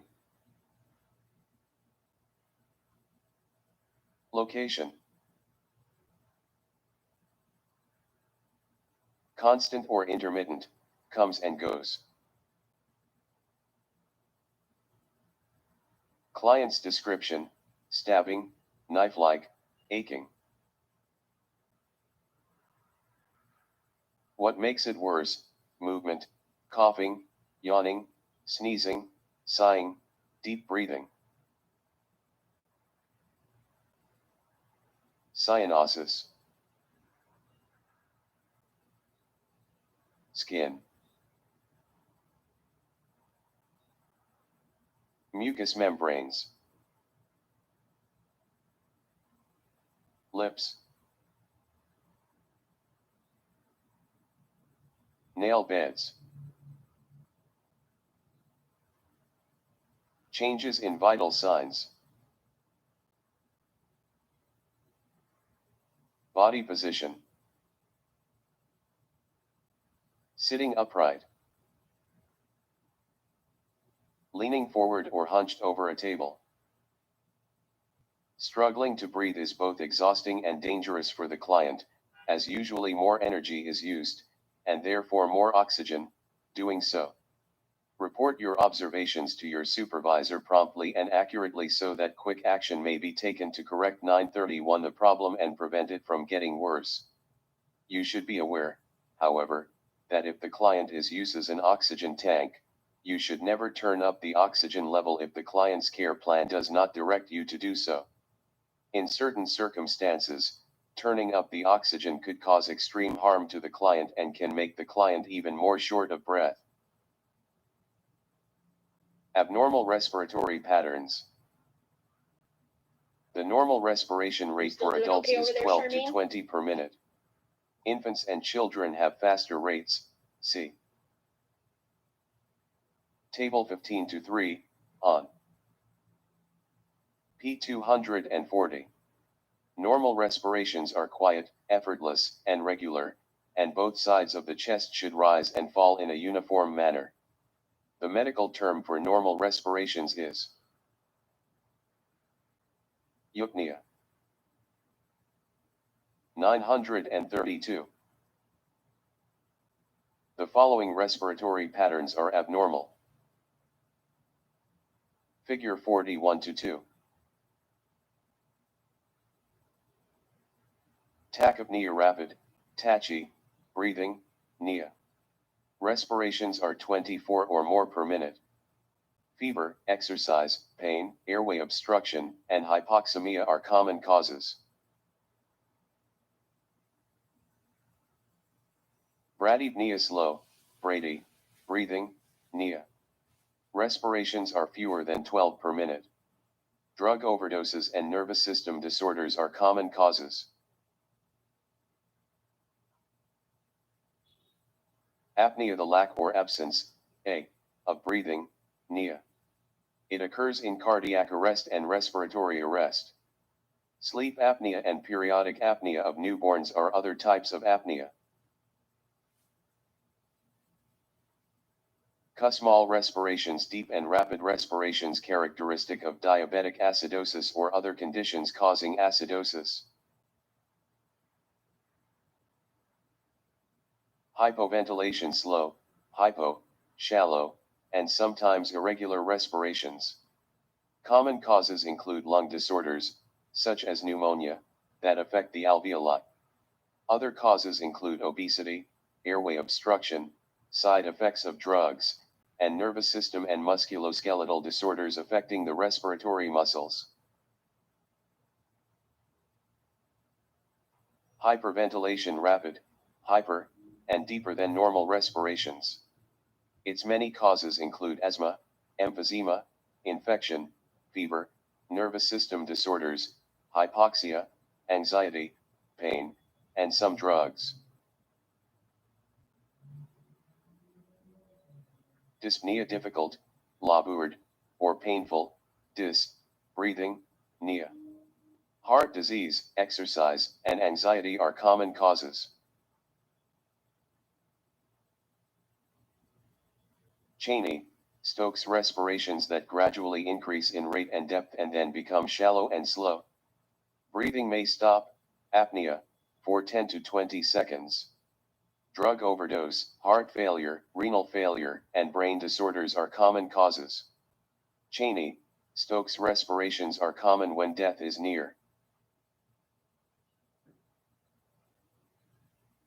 Orthopnea, shortness of breath, dyspnea, when lying in a flat or supine position and ability to breathe comfortably, pnea, only when sitting or standing, ortho.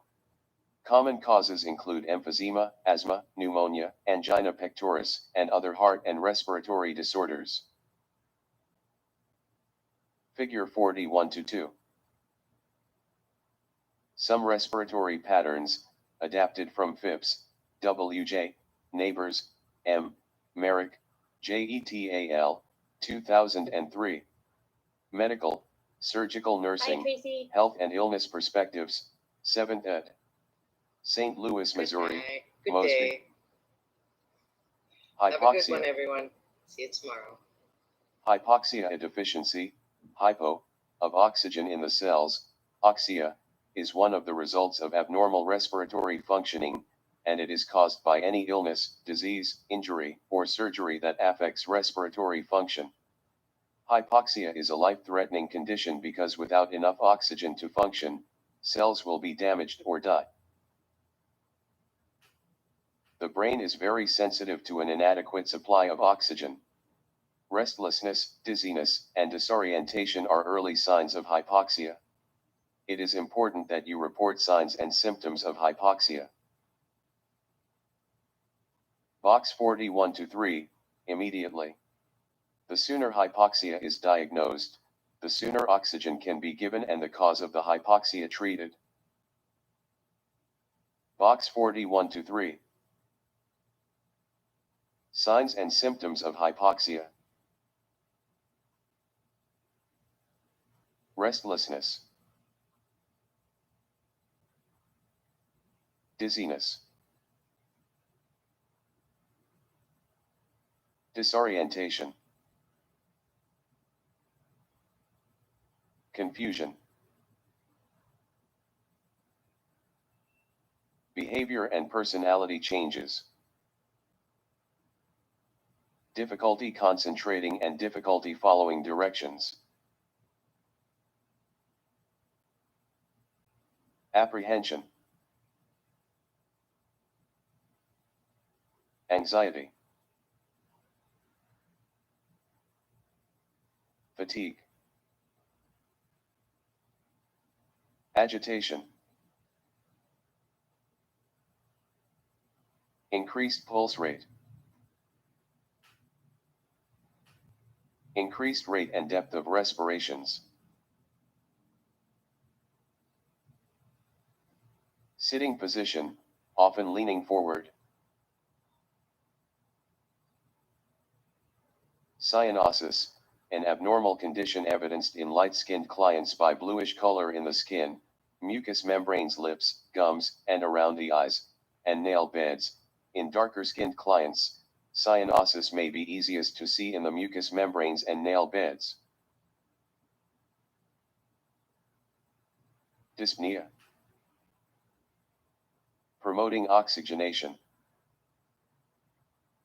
For the body to get enough oxygen, air must move deeply into the lungs and reach the alveoli, where O2 and CO2 are exchanged. Disease and injury can prevent air from reaching the alveoli.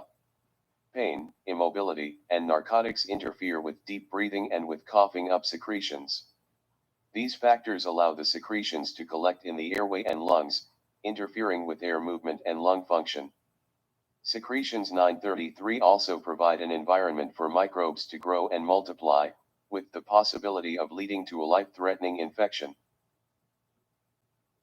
To completely meet the client's oxygen needs, the care plan will list measures to promote oxygenation.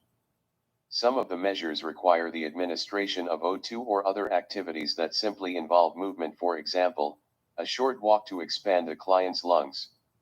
Some other measures that are commonly listed in care plans are discussed below.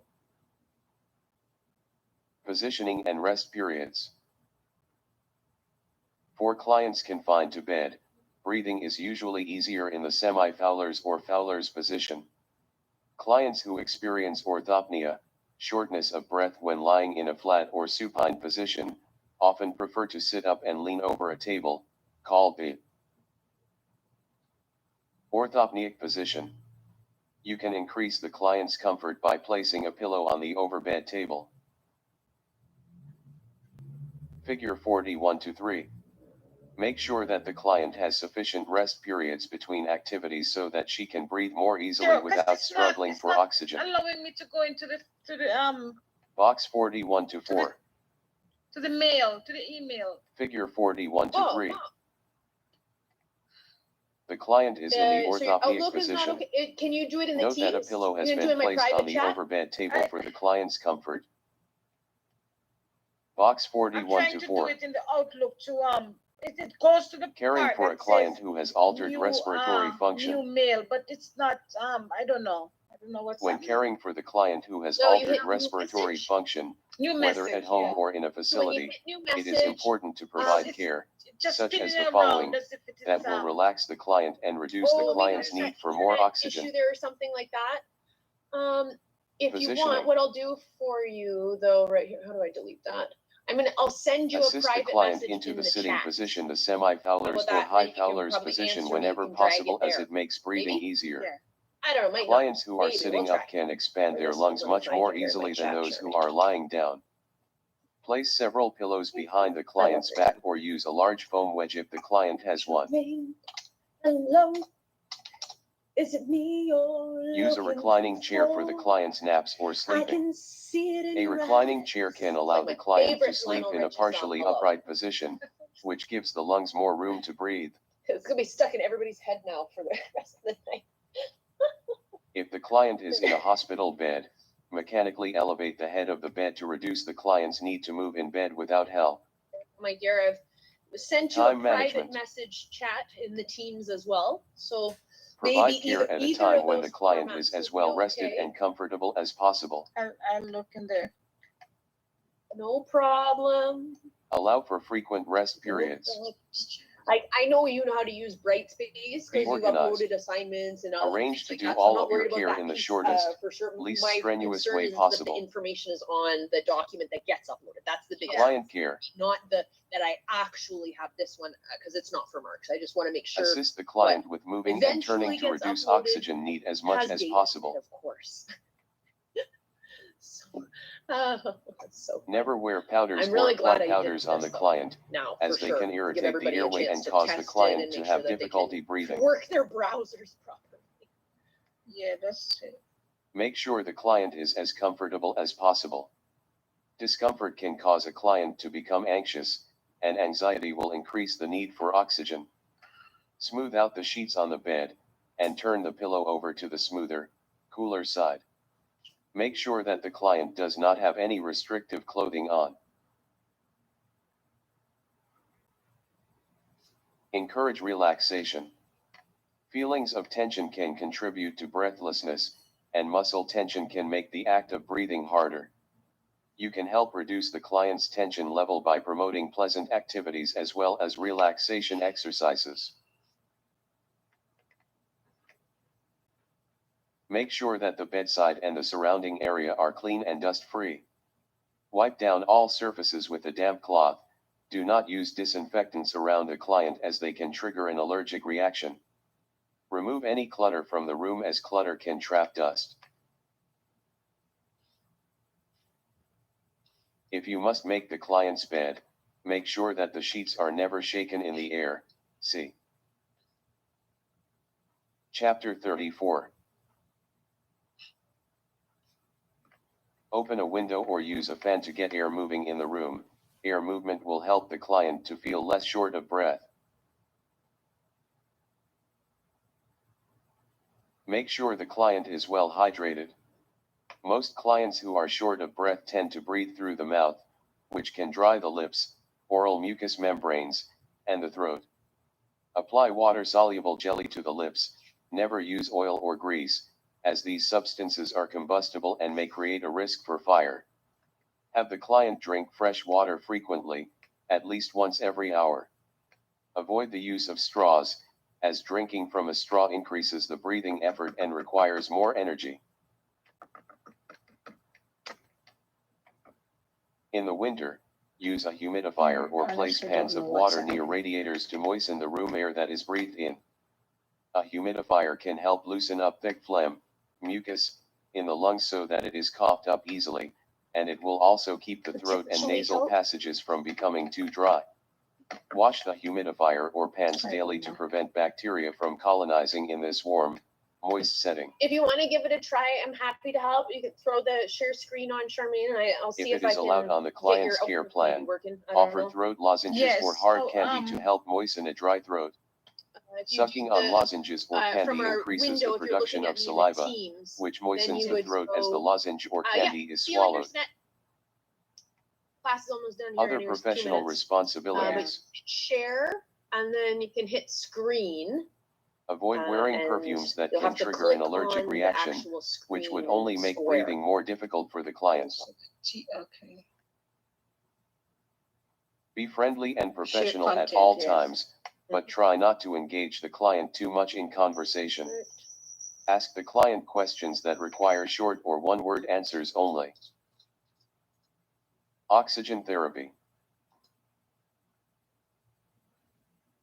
Oxygen supports combustion, so you must keep combustible so items, many things are going on example on this clothing, computer, I don't towels, know. and sheets that are static charged, away from the oxygen source to reduce the risk for a exorcism, fire. I'm sure, you know, those things are usually When a client for is the confined course to of bed for long periods, it is important that the This is person to try changes to open, positions that is trying to frequently, open, that is at trying least to every open. 2 hours. Oh yeah, it's, If it's not, just a the lung slow. cannot expand on one Actually, side, I and got a better idea. secretions I'm could gonna pool, call you, Charmaine, in a collect private. at the I'm gonna bottom of end the this. lung. I'm gonna call you in a Unless private, the and then I'm physician gonna has see if I placed can take over your restrictions on computer and help positioning, you. We'll spend. the client You got should never 15 lie minutes, on we'll one try? side for a long Yes. time. Okay. All You right, should we'll see you in a always second. follow I'm gonna your call, so client's watch care for my plan. phone call. Okay. Coughing and deep breathing. Coughing removes mucus from the lungs, and deep breathing moves air into most parts of the lungs. Therefore, coughing and deep breathing exercises help clients with respiratory disorders. These exercises are done after surgery and during bed rest. However, clients may be reluctant to do them as they may cause pain after injury or surgery, or the client may be afraid of opening an incision during coughing. Coughing and deep breathing help prevent pneumonia and atelectasis. The walls of healthy lungs, lined in a sticky mucous membrane, expand with every deep breath and are thereby prevented from collapsing and sticking to each other. In atelectasis, a portion of the lung collapses after mucus collects in a section of the airway, preventing air from entering that part of the lung. Clients who do not perform deep breathing and coughing exercises risk developing atelectasis because mucus is then allowed to collect in their lungs, increasing the chance of the sticky, mucus-lined lungs not expanding. The mucus that collects in 936, the lungs and the mucus on the walls are attracted to each other, causing that portion of the lung to collapse. The post-surgical period, bed rest, lung disease, and paralysis are risk factors for atelectasis. The frequency of coughing and deep breathing varies among clients. For example, physicians may order the exercises every 1 to 2 hours or 4 times a day while the client is awake. Your supervisor and the care plan will tell you which clients are suitable candidates for the exercises and when the exercises should be done. You will also be told the required number of deep breaths and coughs for the client. Follow the care plan. Report and record the following observations after assisting the client with coughing and deep breathing. The number of times the client coughed and took deep breaths. How the client tolerated the procedure. Assisting with coughing and deep breathing exercises. Advocate on behalf of the client's quality of life by promoting dignity, independence, preferences, privacy, safety. C.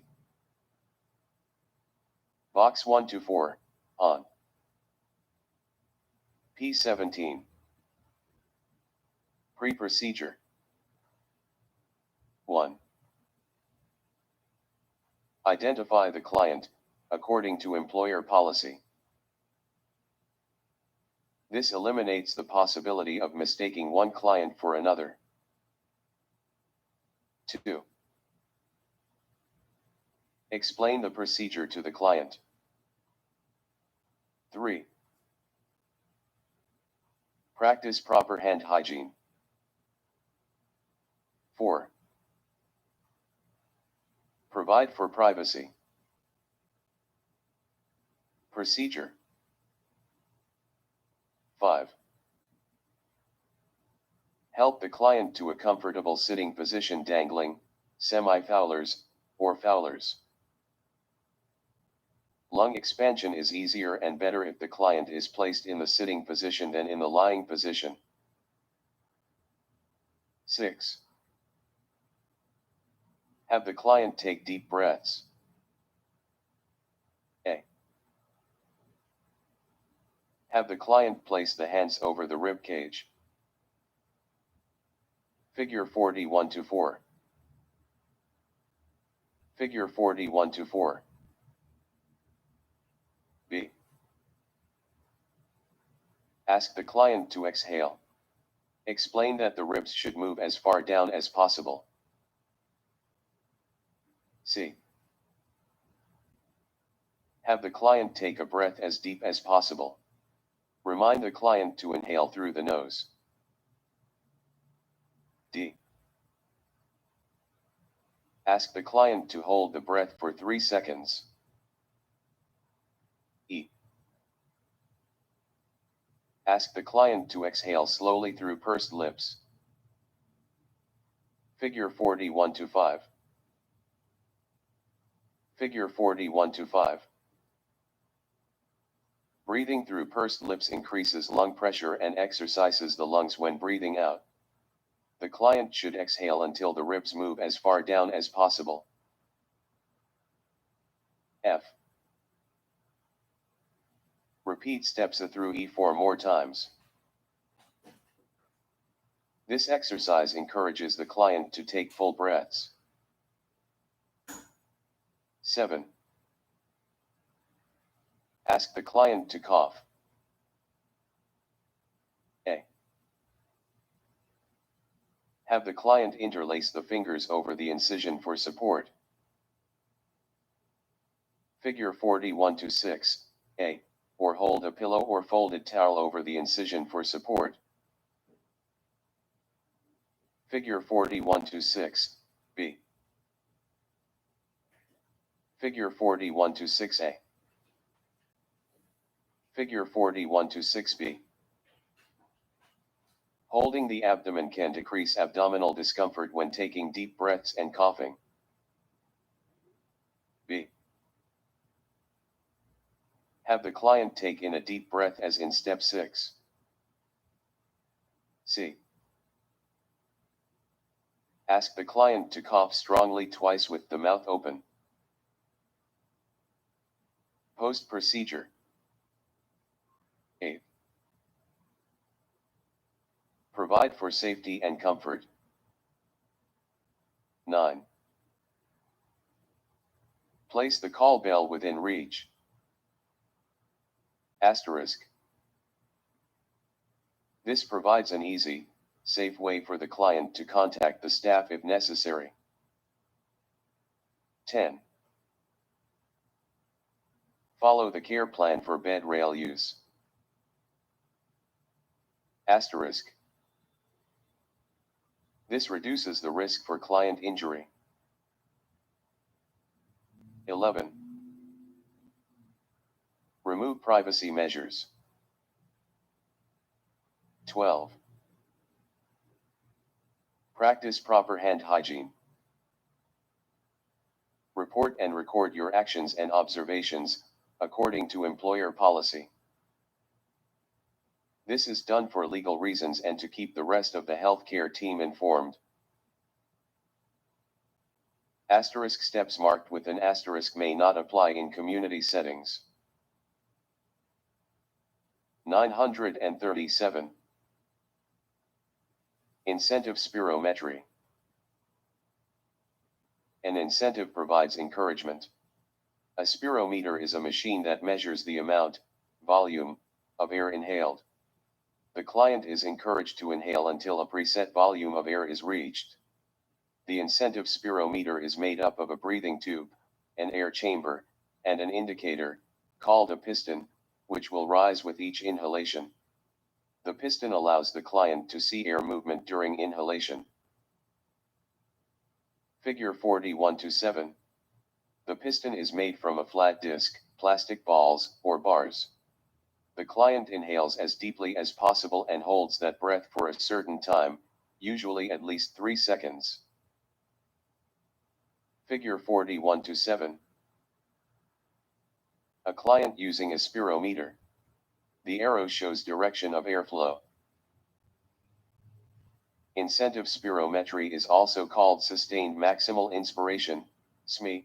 Sustained means constant, maximal means the most or the greatest, and inspiration means breathing in. The goal of using a spirometer is to improve lung function and prevent respiratory complications.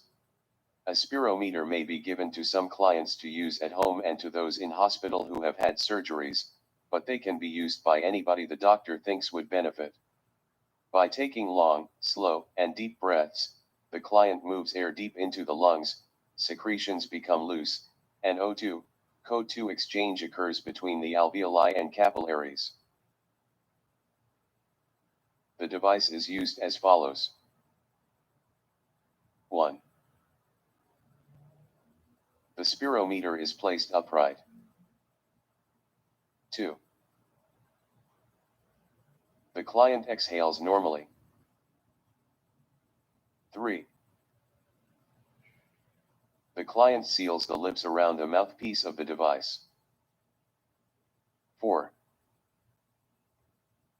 The client takes a slow, deep breath until the balls in the spirometer rise to the desired height.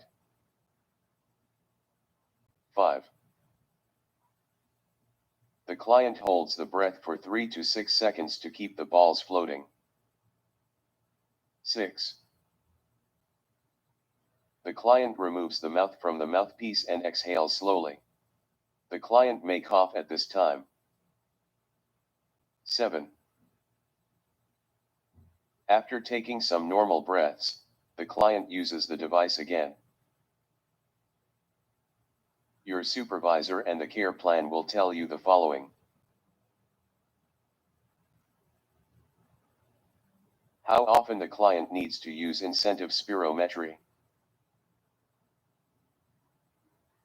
How many breaths the client needs to take. The desired height that the floating balls should reach. Follow employer policy for cleaning and replacing the mouthpiece. Assisting with oxygen therapy. Disease, injury, and surgery can all interfere with the client's ability to breathe easily, either directly, example if the client has asthma, or indirectly, example if the client has just had abdominal surgery and it hurts too much to take a deep breath. If the level of O2 in the blood is lower than normal, hypoxemia, the physician orders oxygen therapy. Your role in oxygen therapy. As a support worker, you do not give oxygen. In many provinces, support workers are trained to perform oral suctioning, to transfer oxygen from a liquid source tank to a portable tank, often called a stroller unit, and to ensure the client's oxygen unit is functioning well. The nurse and respiratory therapist, however, are responsible for starting and maintaining a client's oxygen therapy. You assist in providing safe care to clients receiving oxygen. See Box 41-4 on P934 for a list of your duties and responsibilities. Oxygen sources. Whether the client is at home or in a continuing care facility, oxygen may be supplied by one of three main 938 delivery systems: oxygen concentrator, oxygen cylinder, and liquid oxygen system. Oxygen concentrator. This machine makes oxygen by taking in room air and filtering out the oxygen. Figure 41-8. It must be plugged into a grounded electrical outlet. Because the oxygen concentrator makes the oxygen, it does not need to be replaced or refilled regularly. Ambulatory clients may use portable oxygen cylinders along with their concentrators to help them to be mobile and also to be prepared for a power failure. Oxygen concentrators are used in facilities and community settings, while cylinders are used by the client while on outings from home. Some suppliers offer lightweight aluminum cylinders for easier handling. Figure 41-8. Oxygen concentrator. Oxygen cylinder. An oxygen cylinder is a tank of compressed oxygen. Large tanks are used inside the home, and small tanks are used for outings or travel. Some clients may be ambulatory but still need continuous oxygen therapy as they go about their daily lives, so they use portable oxygen cylinders, tanks, carried in a shoulder bag or wheeled in a cart. Figure 41-9. Large cylinders are often used for babies who need special breathing equipment.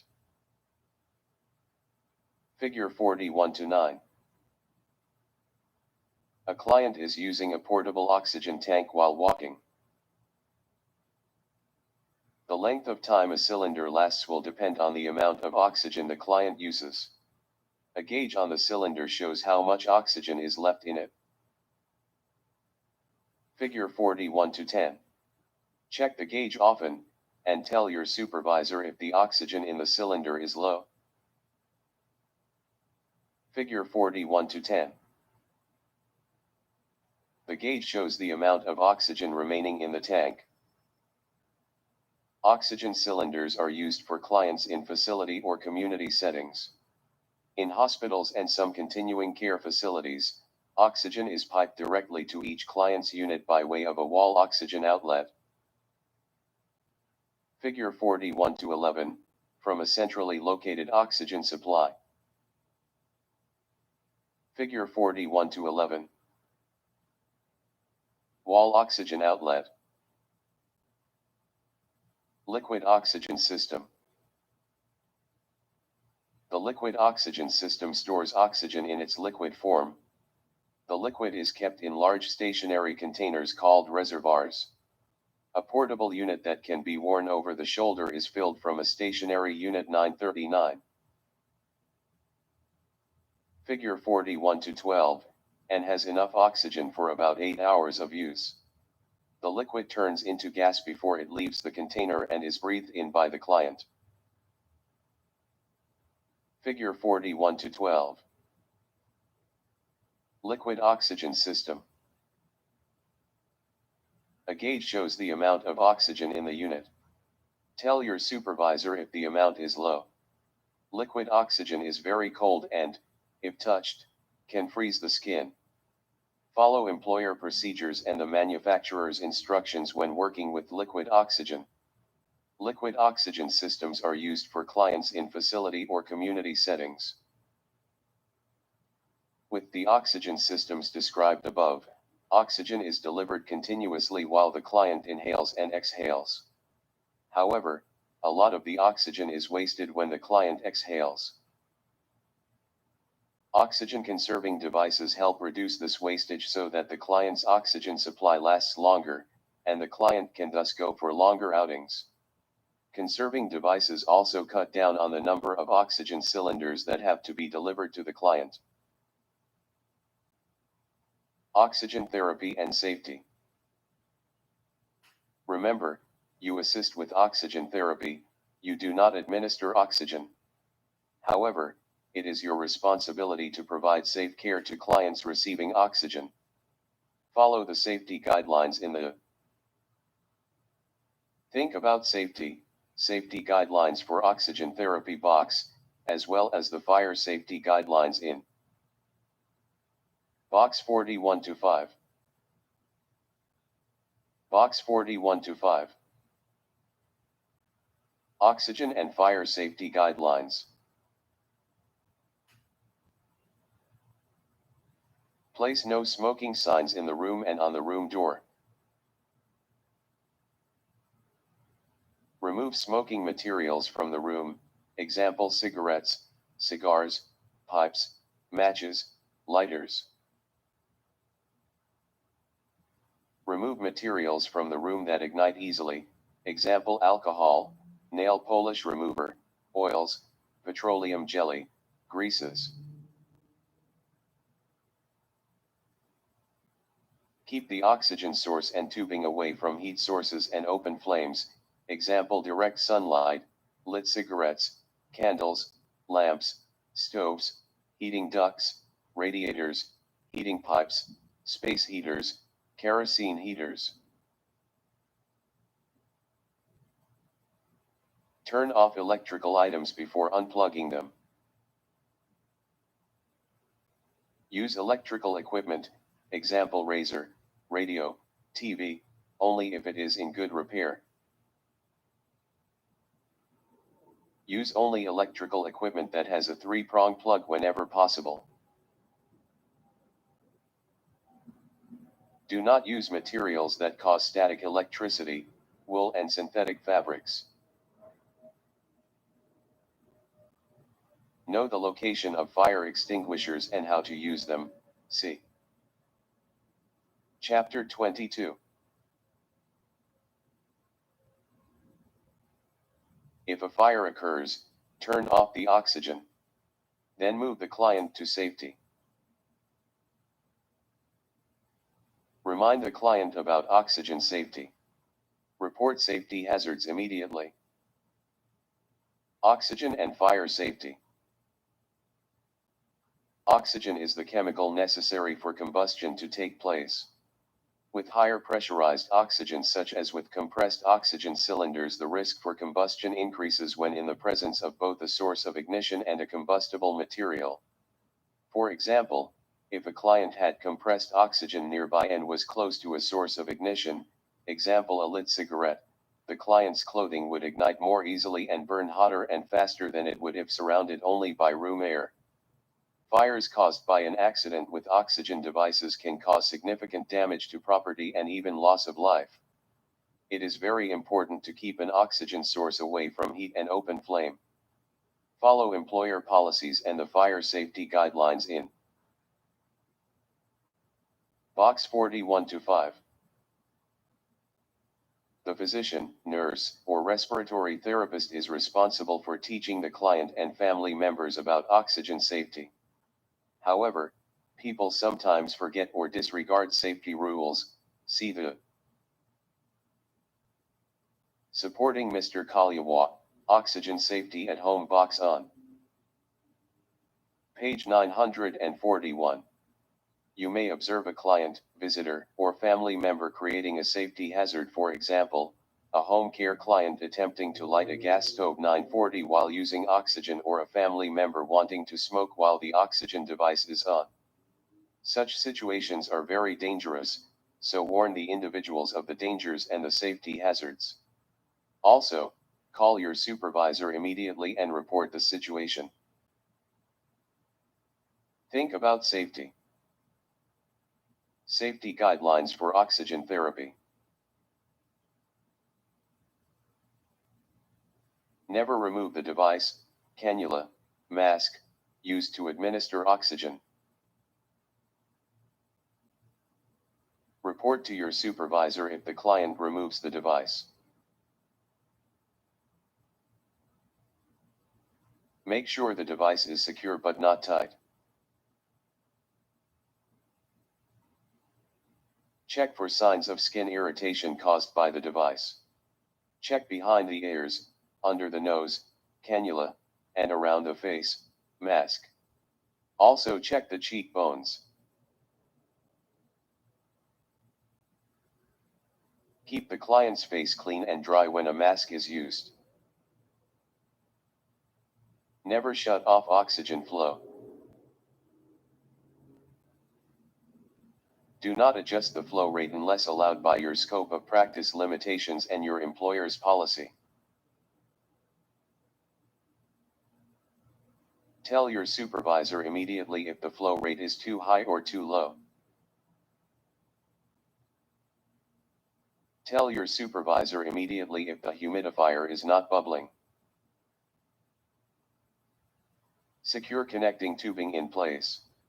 Tape or pin it to the client's garment, according to employer policy. Make sure there are no kinks in the tubing.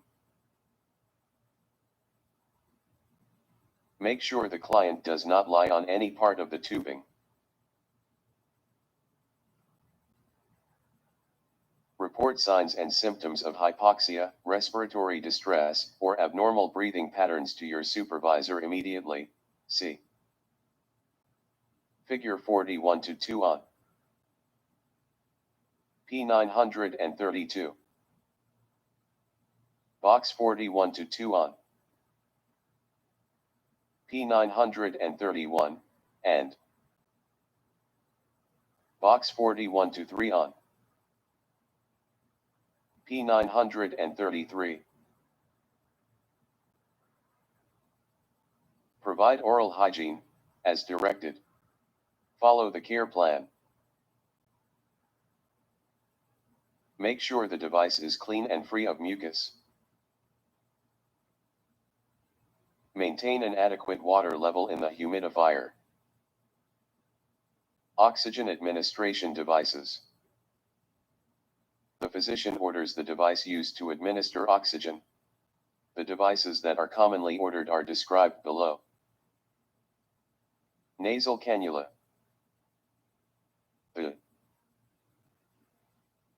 nasal cannula.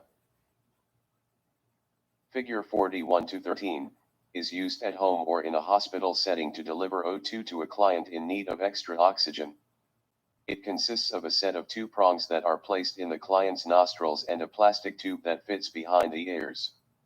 The prongs from which oxygen flows curve downward to prevent drying of the sinuses. Supporting Mr. Kalyawa, oxygen safety at home. Joe Kalyawa, 88, is a retired farmer who lives in his home with his wife, Lily.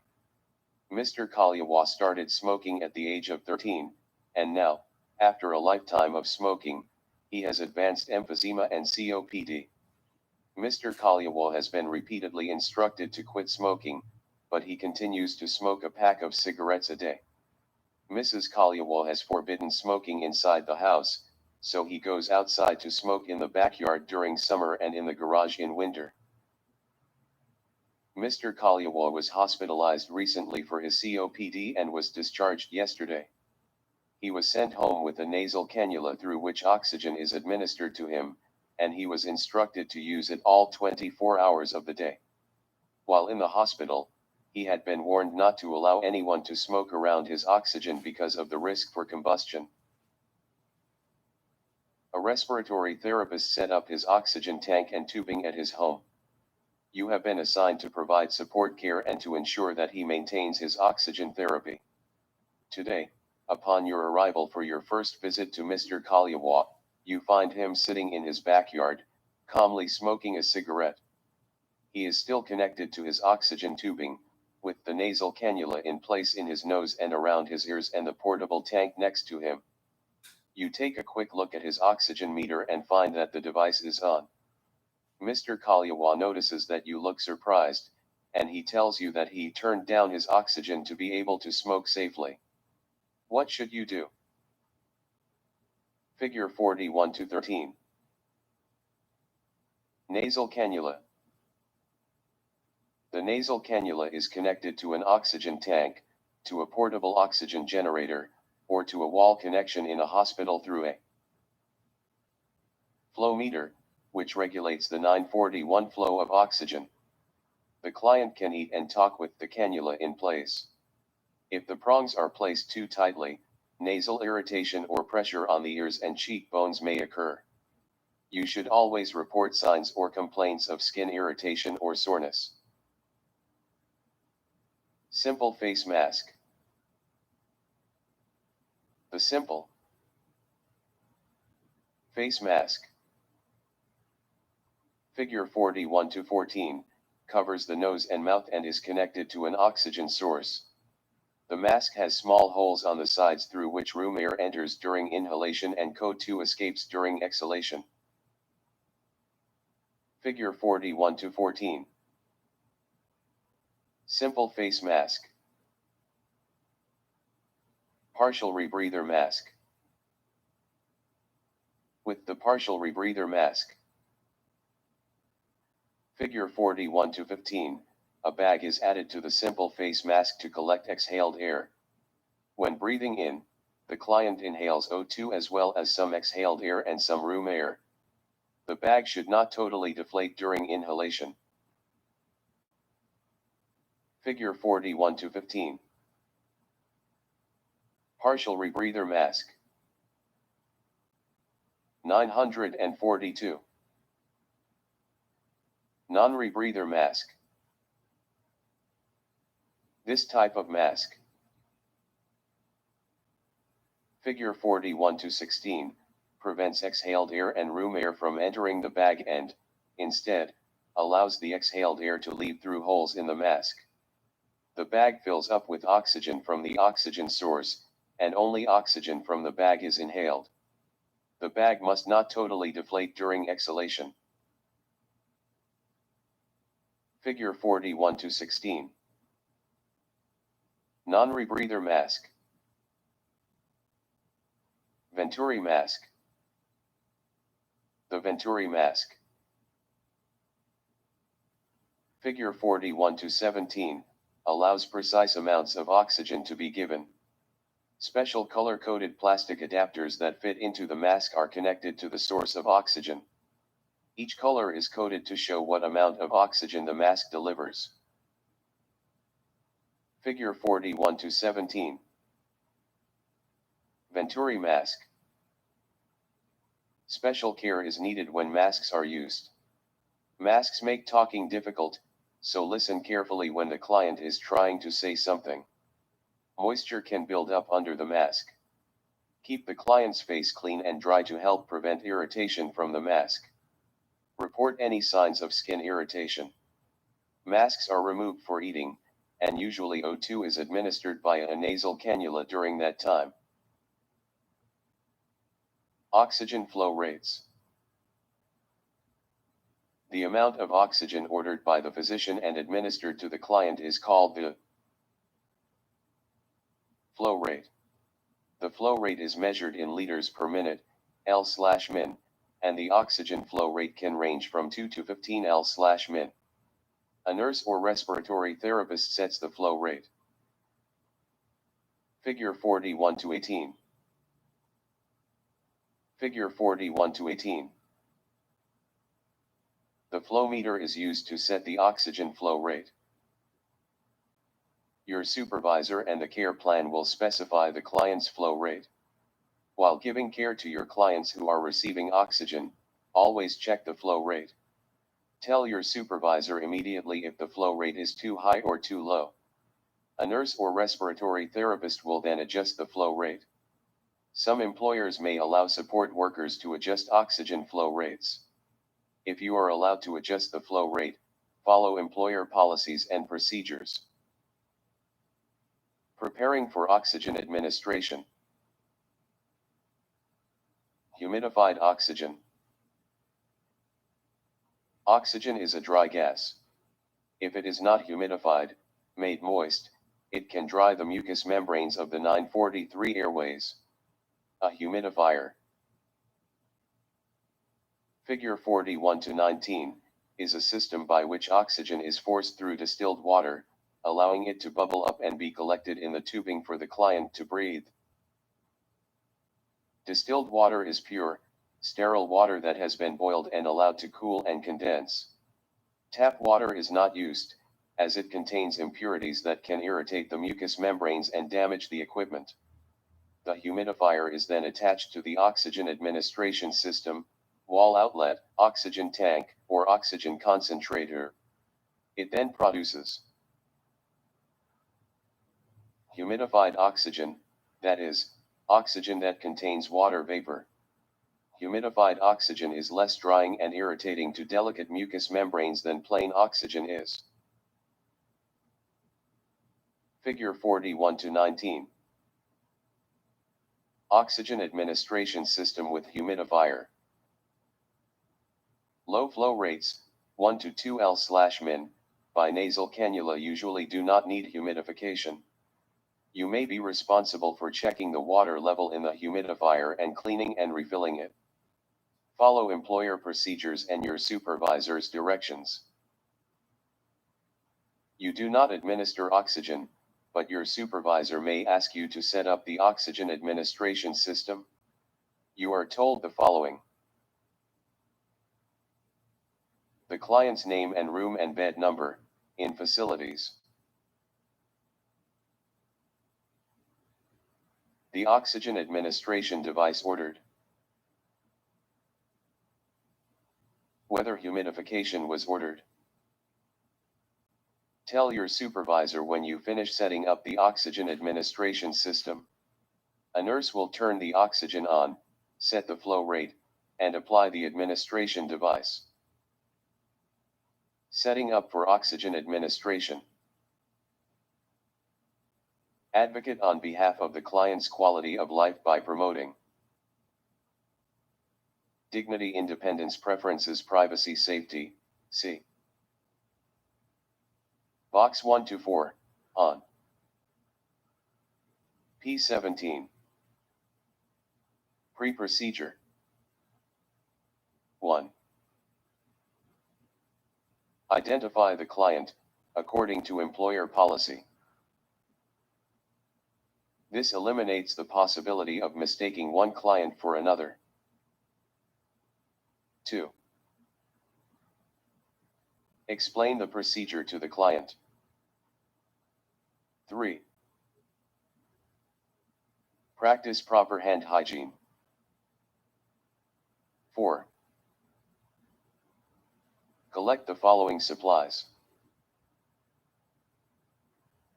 Oxygen administration device with connecting tubing. Flow meter. Humidifier, if ordered. Distilled water, if using a humidifier.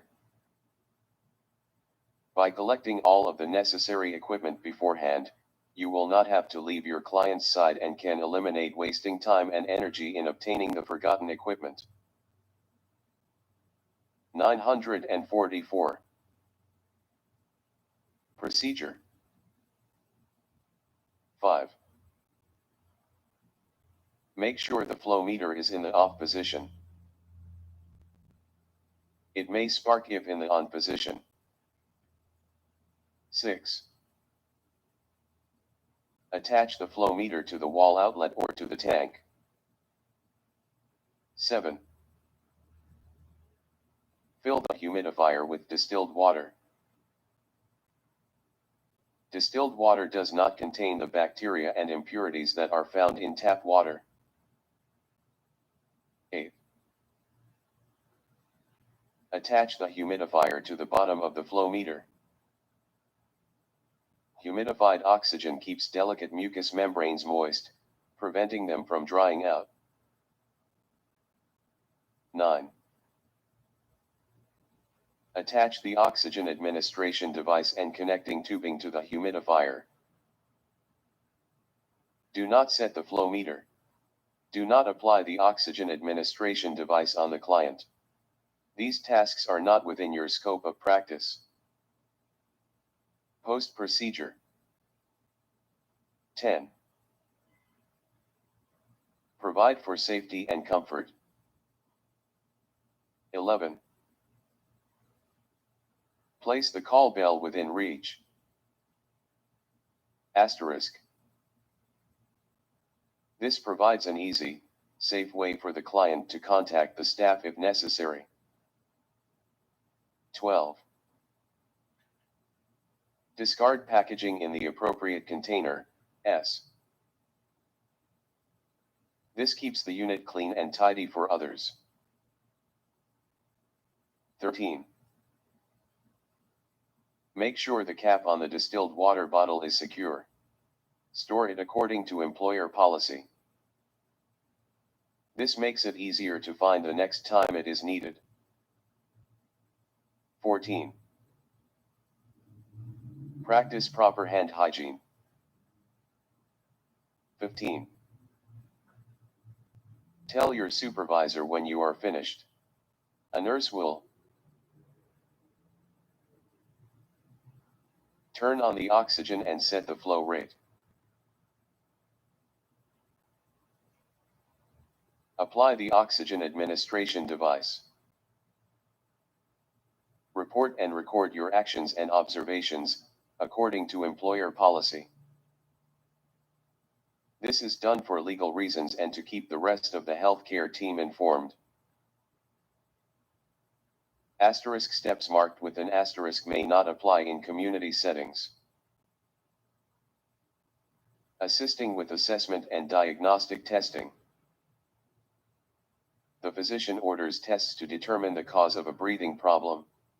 Numerous respiratory tests are available. Box 41-6. Most of these tests are done at hospitals or clinics, and some are done in continuing care facilities. They are done by a physician or a specially trained nurse, respiratory therapist, or laboratory technician. You may assist the client before and after a test, as directed by your supervisor, the care plan, and the assignment sheet. Box 41-6. Common respiratory tests. Chest X-ray, CXR, an X-ray of the chest, taken to evaluate changes in the lungs. Lung scan performed to see which areas are not getting air or blood.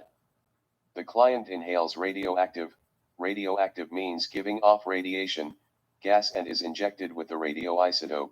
A radioisotope is a substance that gives off radiation. Lung tissue getting air and blood takes up the radioactive substances, and a scanner then senses the areas with radioactive substances. Bronchoscopioscope, scopy, passed into the trachea and bronchi, broncho. Airway structures are checked for bleeding and tumors. Tissue samples, biopsy, are taken, or mucus plugs and foreign objects are removed. After the procedure, the client is NPO, receives nothing by mouth, and watched carefully until the gag and swallow reflexes return, usually in about 2 hours. Thoracentesis. The pleura, thora, is punctured, and air or fluid is removed, centesis, from it. The physician inserts a needle through the chest wall into the pleural sac when injury or disease causes it to fill with air, blood, or fluid, and respiratory function is affected. Sometimes fluid is removed for laboratory study, and sometimes anti-cancer medications are injected into the pleural sac. After the procedure, which takes only a few minutes, the client is checked frequently for shortness of breath, dyspnea, cough, sputum, c. P946, chest pain, cyanosis, vital sign changes, and other respiratory signs and symptoms. Pulmonary function tests that measure the amount of air moving into and out of the lungs, volume, and how much air the lungs can hold, capacity.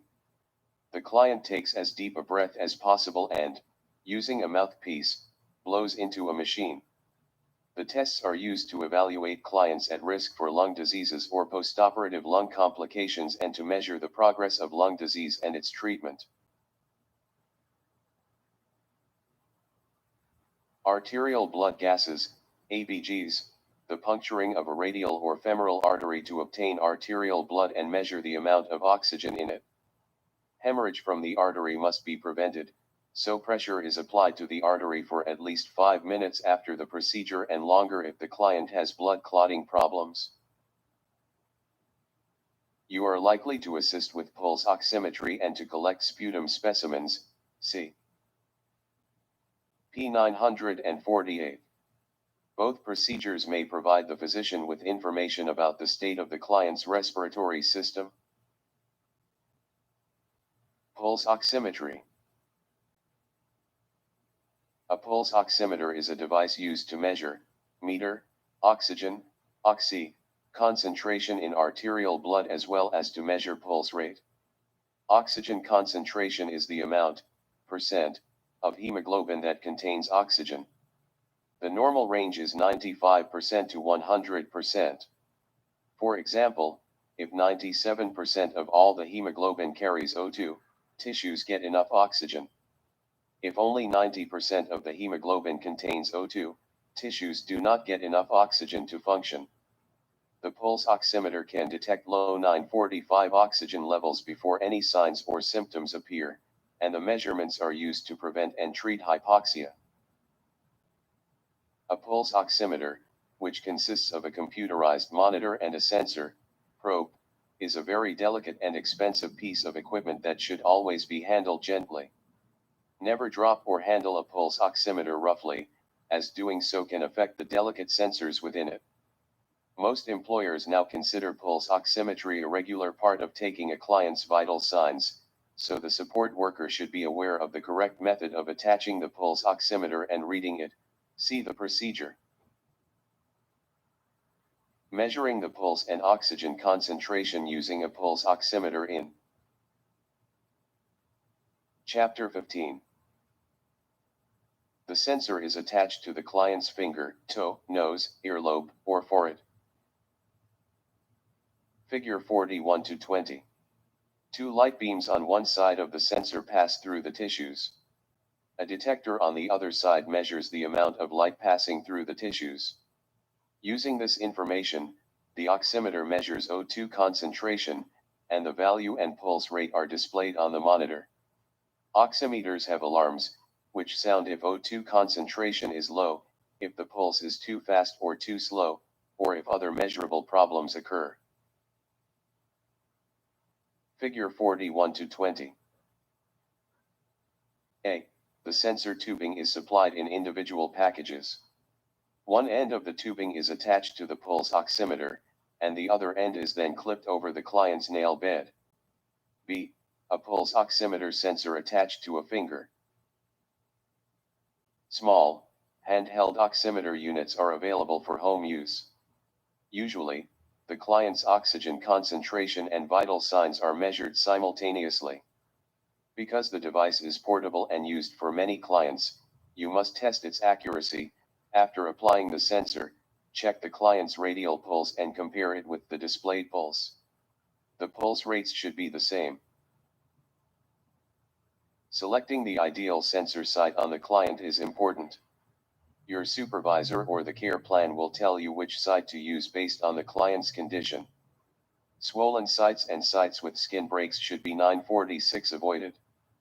Because aging and vascular disease often cause poor circulation, blood flow to the fingers or toes is sometimes poor. In such a case, the earlobe, nose, or forehead site is used.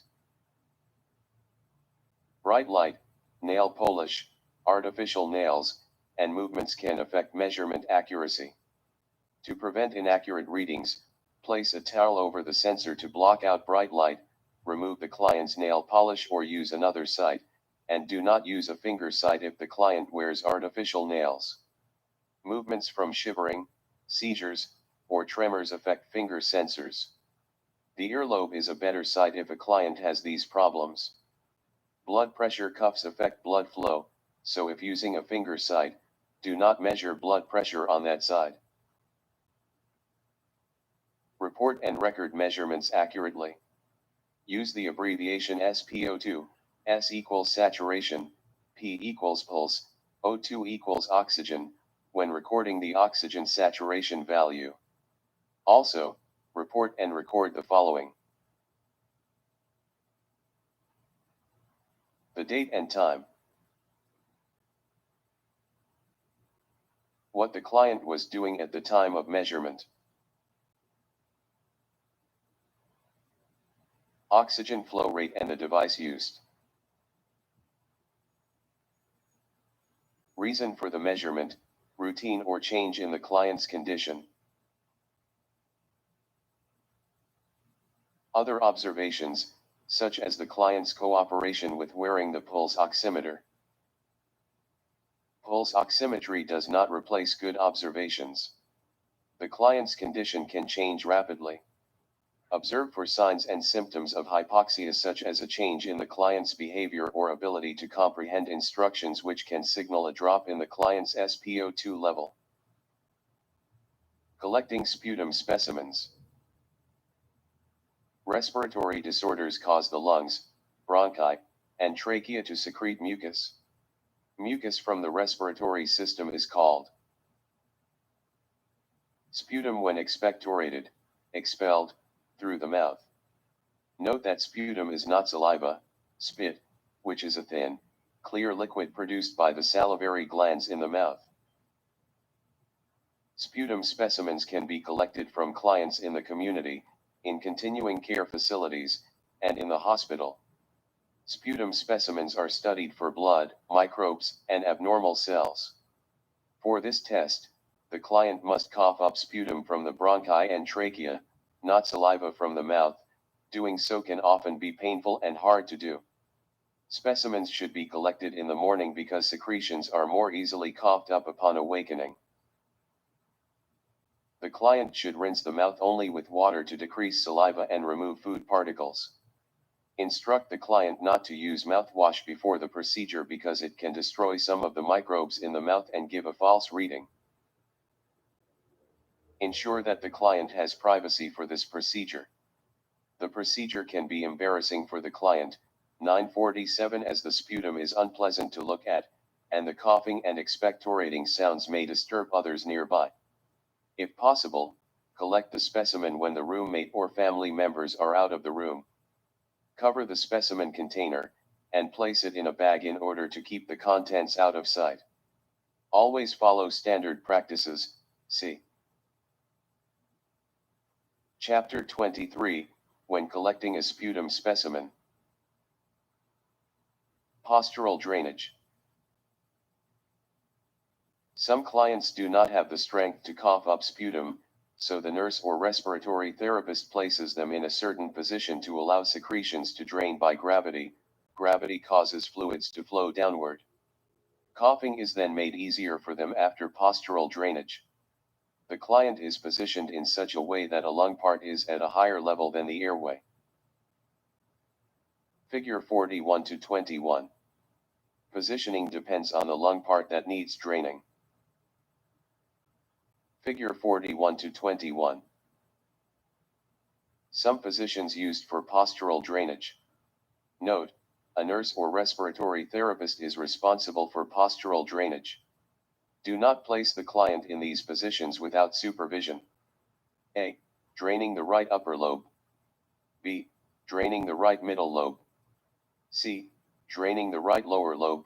Source: Potter, P.A., Perry, A.G., Rosker, J.C., et.al., 2014.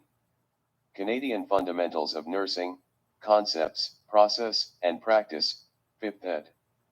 Toronto, on Elsevier. If it is within your scope of practice for your province or your agency, you may have to assist with postural drainage. Do not attempt to position the client without supervision. See the Focus on Children, Assisting with Treatments box. Report and record the following observations after collecting a sputum specimen. The time the specimen was collected. The amount of sputum collected. How easily the client coughed up the sputum.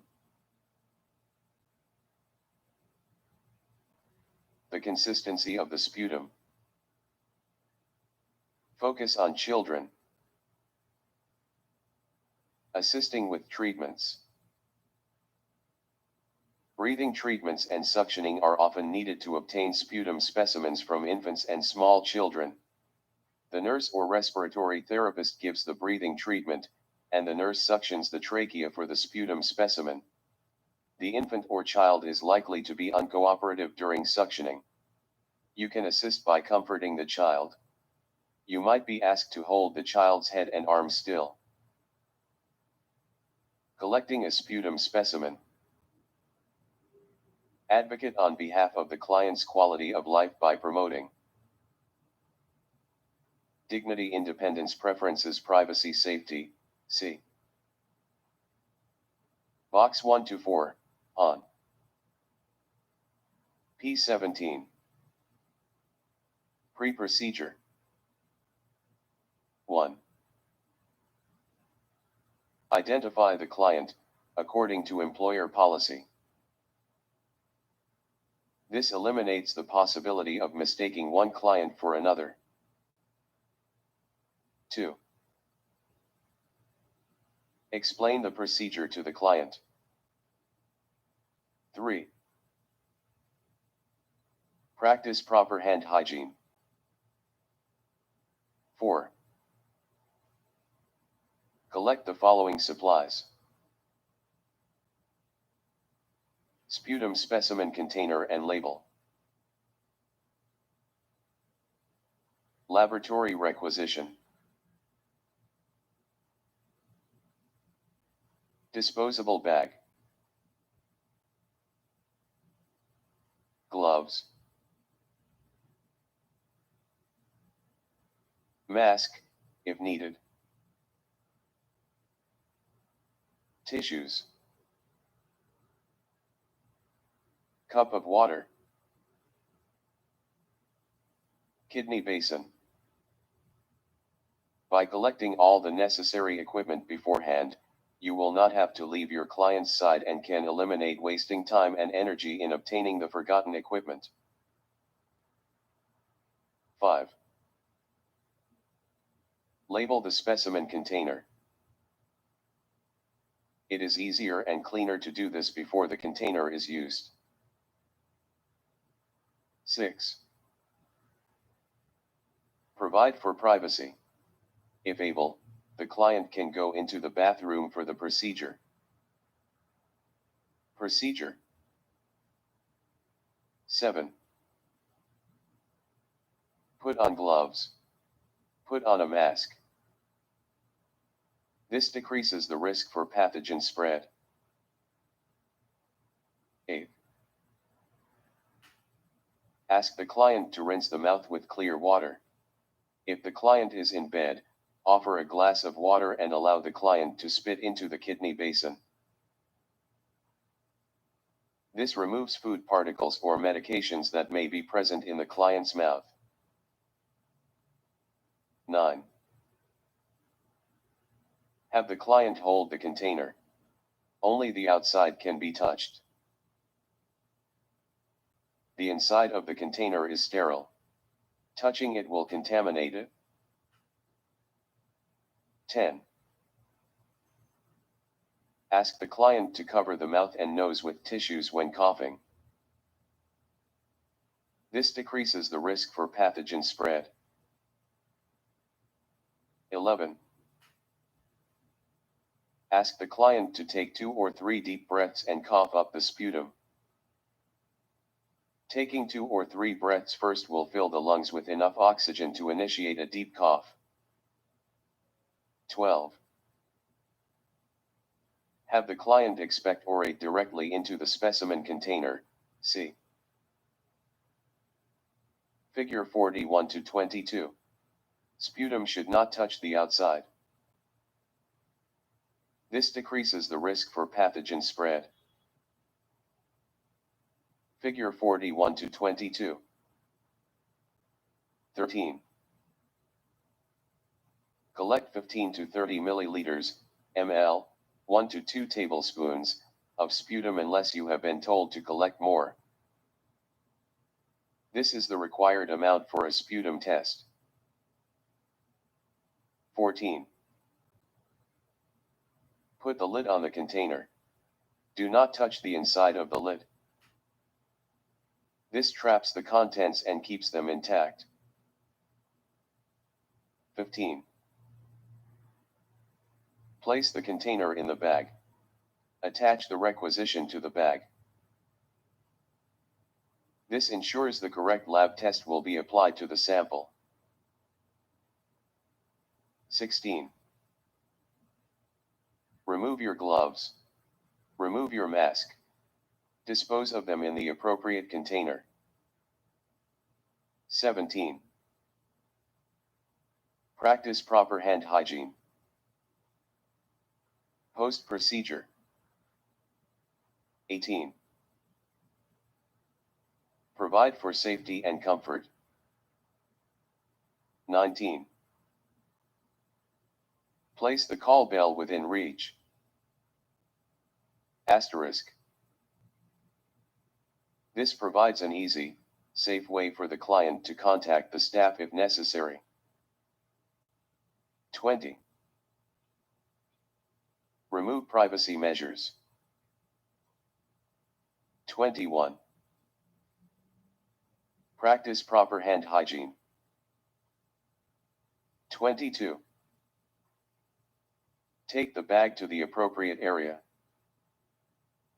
This is to ensure proper follow-up of the sample. 23. Practice proper hand hygiene. Report and record your actions and observations, according to employer policy. This is done for legal reasons and to keep the rest of the healthcare team informed. Asterisk steps marked with an asterisk may not apply in community settings. Artificial airways. Artificial airways keep the airway patent open and are used in the following circumstances. The airway is obstructed from disease, injury, secretions, or aspiration. The client is semi-conscious or unconscious. The client is recovering from anesthesia. The client needs mechanical ventilation. 949. Types of artificial airways. Intubation is the process of inserting an artificial airway. Artificial airways are usually plastic and disposable and come in adult, pediatric, and infant sizes. The following airways are commonly used. Oropharyngeal airway inserted through the mouth and into the pharynx. Figure 41-23, A. A nurse, paramedic, or respiratory therapist inserts the airway, usually in a hospital or, in an emergency situation, on the way to a hospital. Figure 41-23. Artificial airways. A. Oropharyngeal airway. B. Nasopharyngeal airway. C. Endotracheal tube. D. Tracheostomy tube. Nasopharyngeal airway inserted through a nostril and into the pharynx. Figure 41-23, B. A nurse, paramedic, or respiratory therapist inserts the airway, usually in a hospital or, in an emergency situation, on the way to a hospital. Endotracheal, ET, tube inserted through the mouth or nose and into the trachea. Figure 41-23, C. A physician, a nurse with special training, or a paramedic with special training inserts it using a lighted scope. A balloon, called a cuff, at the end of the tube is inflated to keep the airway in place. Tracheostomy tube inserted through a surgical incision, ostomy, into the trachea, trachea. Figure 41-23, D. Some tubes have cuffs, the cuff is inflated to keep the tube in place. Tracheostomies are done by a physician in both emergency and non-emergency situations, they can be either temporary or permanent. Care of a client with an artificial airway. Clients with an artificial airway are normally cared for in a hospital setting until they are able to be at home, and, as the support worker, you are given directions by a nurse. The client's vital signs need to be checked often, and the client must be observed for hypoxia and other respiratory signs and symptoms. The client needs frequent oral hygiene, as the 950 oral mucous membranes may become dried and cracked. Your supervisor and the care plan will tell you when and how to perform oral hygiene. If an airway comes out or is dislodged, you need to tell your supervisor immediately. Talking is hard with oropharyngeal and nasopharyngeal airways. Clients with ET tubes cannot speak, but some tracheostomy tubes allow clients to speak. Paper and pencils, magic slates, communication boards, and hand signals can all be used to communicate. Follow the care plan. Gagging and choking sensations are common with artificial airways. Comfort and reassure the client. Remind the client that the airway helps breathing. Use touch to show you care. Tracheostomies. A. Tracheostomy is a surgically created opening, ostomy, through the neck into the trachea, trachea. A tracheostomy tube is usually inserted through this opening, and the client breathes through the tracheostomy tube. A humidifier attachment may be needed for about 1 month after tracheostomy surgery because the trachea is now exposed to drier air. Types of tracheostomies. Tracheostomies can be temporary or permanent, depending on the client's circumstances. In temporary situations, tracheostomies may have been inserted because of a severe breathing crisis or blockage. In permanent cases, airway structures have been surgically removed, along with the client's larynx and epiglottis. Clients who have head and neck cancers, severe airway trauma, or brain injury may require permanent tracheostomies. Generally, a surgeon will consider a tracheostomy only when there is no other option. See the Focus on Children, Congenital Conditions box. Certain groups, for example, babies, smokers, and older adults are more vulnerable to complications following a tracheostomy. The long-term care of clients depends on whether the tracheostomy tube is temporary or permanent. If it is temporary, it will be removed when no longer needed, and the incision will be allowed to heal closed, leaving a small scar in the neck area. If the tracheostomy is permanent, the hole, stoma, will stay open. However, the opening tends to narrow with time, and further surgery may be needed to widen it. The outer tracheostomy tube needs to be changed every few months, and the site is inspected at each change. The client may be referred to a speech pathologist for alternative means of communication. Focus on children. Congenital conditions. Some children are born with congenital means present at birth, conditions, and some of these conditions affecting the neck and airway require tracheostomies. Some infections and foreign body aspiration cause airway structures to swell or be blocked and obstruct airflow, which necessitates emergency tracheostomies. Supporting the client with a tracheostomy.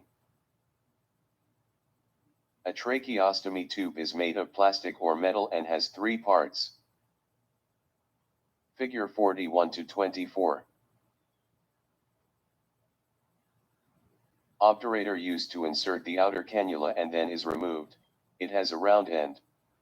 The 951 obturator is placed within easy reach in case the tracheostomy tube falls out and needs to be reinserted. It is taped to the wall or to the bedside stand. Inner cannula and inner tube. It requires cleaning whenever it gets blocked with secretions, once to several times every day. It is removed for cleaning and mucus removal and then reinserted and locked in place. The inner cannula maintains the hygiene of the airway because it can be removed, cleaned, and then replaced. Some plastic tracheostomy tubes do not have inner cannulas. Outer cannula secured in place with ties around the neck or a Velcro collar. The outer cannula is not removed. Figure 41-24. Parts of a tracheostomy tube. The cupped tracheostomy tube provides a seal between the cannula and the trachea. See Figure 41-23, D. This type is used with mechanical ventilation. The cup prevents air from leaking around the tube and also prevents aspiration. A nurse or respiratory therapist inflates and deflates the cuff. If the tube is not secured properly, it could come out with coughing or, if pulled on, extubation. Damage to the airway is possible if the tube is loose and moves up and down in the trachea. Call your supervisor if the outer cannula comes out or is loose. The tube must remain patent at all times to enable the client to breathe. Some clients can cough secretions up and out of the tracheostomy. Some clients may require suctioning. Call your supervisor if the client shows signs and symptoms of hypoxia or respiratory distress. The client with a permanent tracheostomy may not be able to speak or may speak with great difficulty.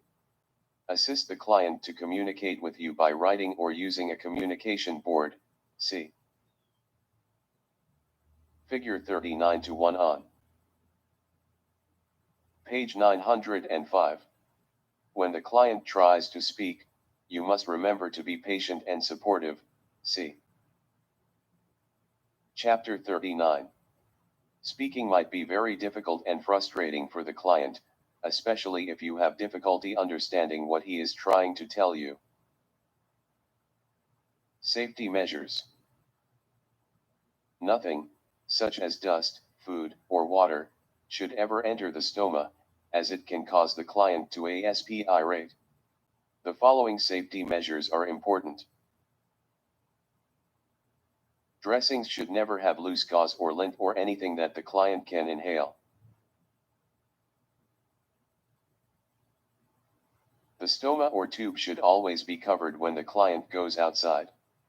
The client should cover the stoma with a scarf or shirt or blouse that buttons at the neck to prevent dust, insects, and other small particles from entering the stoma. The stoma should never be covered with plastic, leather, or similar materials. These materials prevent air from entering the stoma, making it difficult for the client to breathe. The client should take tub baths, instead of showers. If showers are taken, a shower guard should be worn, and the client should hold a handheld nozzle to direct water away from the stoma. Assist the client with shampooing. Remember that water should never enter the stoma. The stoma should be covered when the client has a shave. The client must not be allowed to swim, as water will enter the tube or stoma. Medic alert jewelry should always be worn, and clients should also carry a medic alert ID card whenever they leave their homes. Tracheostomy care. Clients require care to their tracheostomy site when there are excessive secretions, when the ties or collar holding their tracheostomy in place become soiled, or when the dressing around their tracheostomy becomes soiled or moist.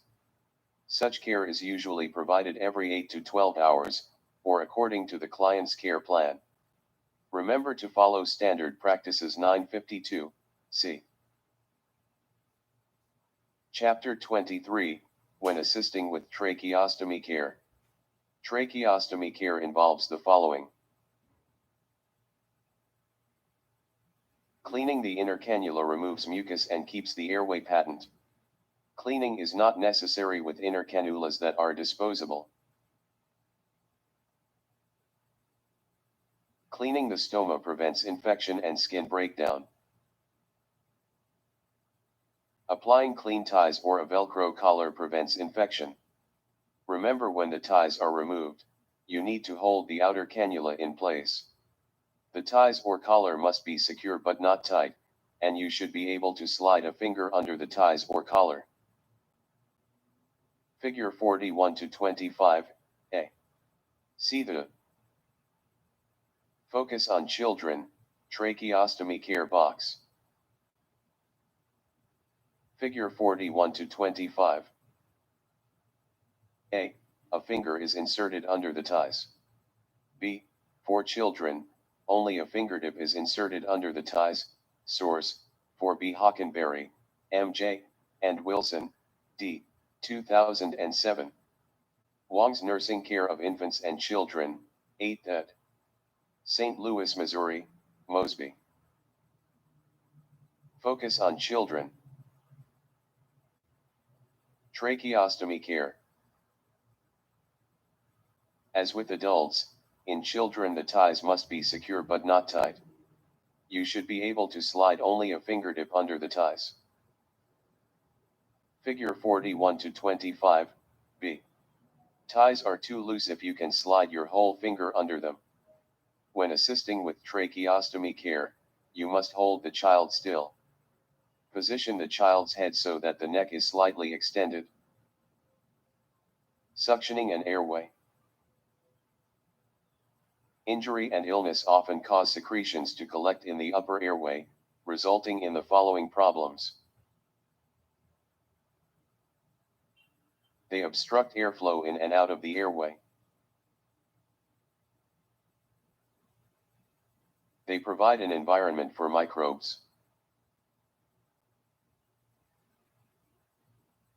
They interfere with O2, CO2 exchange. Hypoxia can occur. Usually, coughing removes secretions, but some clients are unable to cough, or the cough is too weak to remove secretions. Some clients cannot expectorate or swallow secretions after coughing. These clients need suctioning to remove secretions. Suctioning is the process of withdrawing or sucking up fluid, secretions. A tube connects to a suction source, wall outlet or suction machine, at one end and to a suction catheter at the other end. The catheter is inserted into the airway, and secretions are withdrawn through the catheter. Suctioning sites. The upper airway, nose, mouth, and pharynx, and the lower airway, trachea and bronchi, are suctioned. Oropharyngeal root. The mouth, oro, and pharynx, pharyngeal, are suctioned. A suction catheter is passed through the mouth and into the pharynx. Nasopharyngeal root. The nose, naso, and pharynx, pharyngeal, are suctioned. The suction catheter is passed through the nose and into the pharynx. Lower airway suctioning done through an ET tube or through a tracheostomy tube. 953. Safety measures related to suctioning. If not done correctly, suctioning can cause serious harm to the client. As suctioning removes oxygen from the airway, the client may be unable to breathe during suctioning, and hypoxia and life-threatening complications can arise. The respiratory, cardiovascular, and nervous systems can be affected, and cardiac arrest, infection, and airway injury are possible. It is your responsibility to ensure that suctioning is within your scope of practice for your province or territory and within your agency. The client's lungs are hyperventilated. Given extra, hyper, breaths, ventilate, before suctioning from an ET tube or tracheostomy. An ambu bag. Figure 41 to 26, is attached to an oxygen source, then the oxygen delivery device is removed from the ET or tracheostomy tube, and the ambu bag is attached to the ET or tracheostomy tube. To give a breath, the bag is squeezed with both hands. A nurse or respiratory therapist gives 3 to 5 breaths. Remember, oxygen is considered a medication, and you do not administer medications. Therefore, you may operate an ambu bag attached to an oxygen source only if it is within your scope of practice. Figure 41 to 26. The ambu bag. A nurse compresses it with 2 hands. Some employers limit suctioning to 10 seconds, and some allow 10 to 15 seconds for the suction cycle. 1. Insert the catheter. 2. Apply suction. 3. Remove the catheter. For infants and children, suction is applied for no longer than 5 seconds. You might be asked to assist a nurse with suctioning. You need to understand the principles and safety measures involved in safe suctioning. Box 41 to 7. Box 41 to 7. Principles and safety measures for suctioning. If suctioning is within the support worker's scope of practice in your province or territory and at your agency, you should be taught the correct way to do it by a nurse or a respiratory technologist. Review the procedure with your supervisor, a nurse. Know what is expected of you. Suctioning is done as needed, PRN. Coughing and signs and symptoms of respiratory distress signal the need for suctioning. Your supervisor will tell you what signs to look for. Standard practices should be followed. Secretions can contain blood and are potentially infectious. In some circumstances, sterile technique must be used. See Chapter 23. Your supervisor will tell you the size and type of catheter to collect.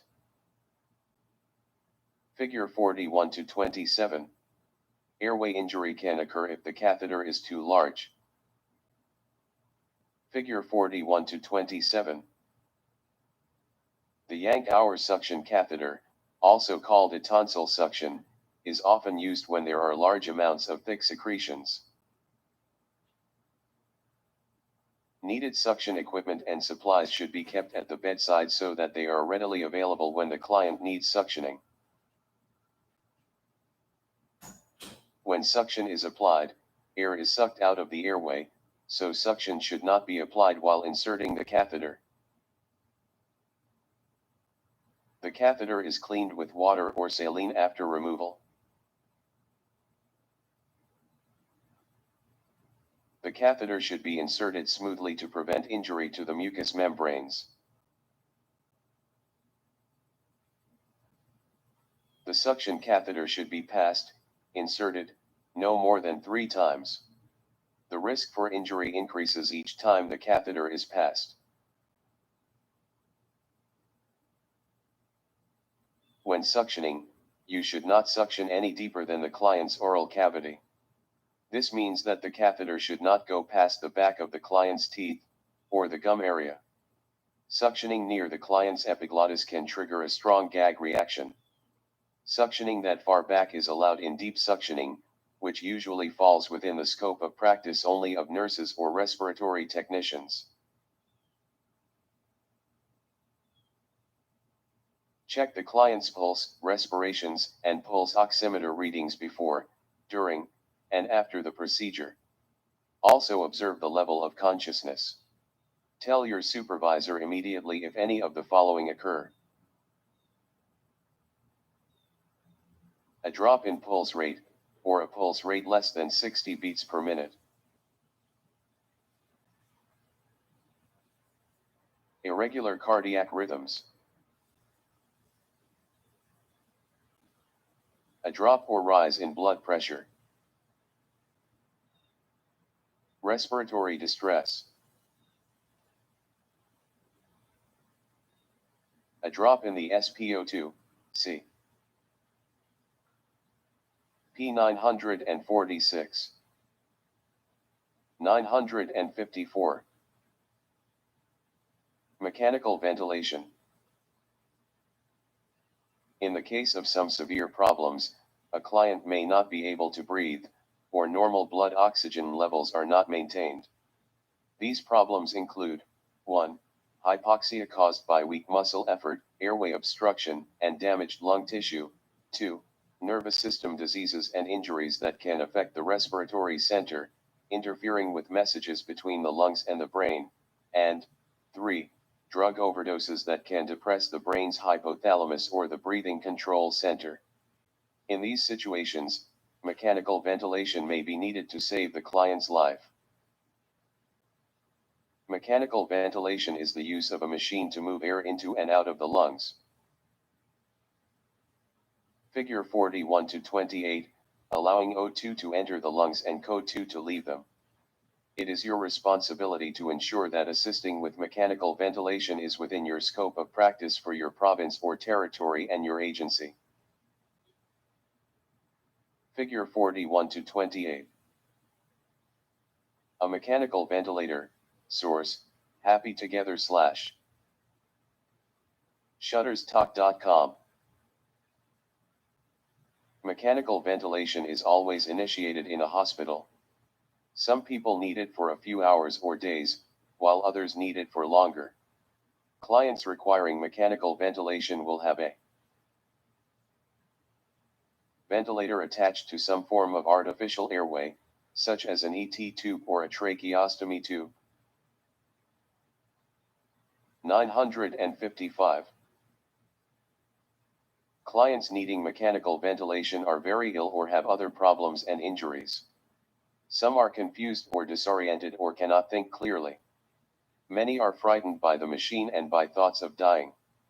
Some feel relieved to get enough oxygen. Many fear the prospect of needing the machine for life. Mechanical ventilation can be painful for those who have chest injuries or have had chest surgery. Tubes and hoses restrict movement and can cause more discomfort. Follow the guidelines in Box 41-8 if you are providing care for a client on mechanical ventilation.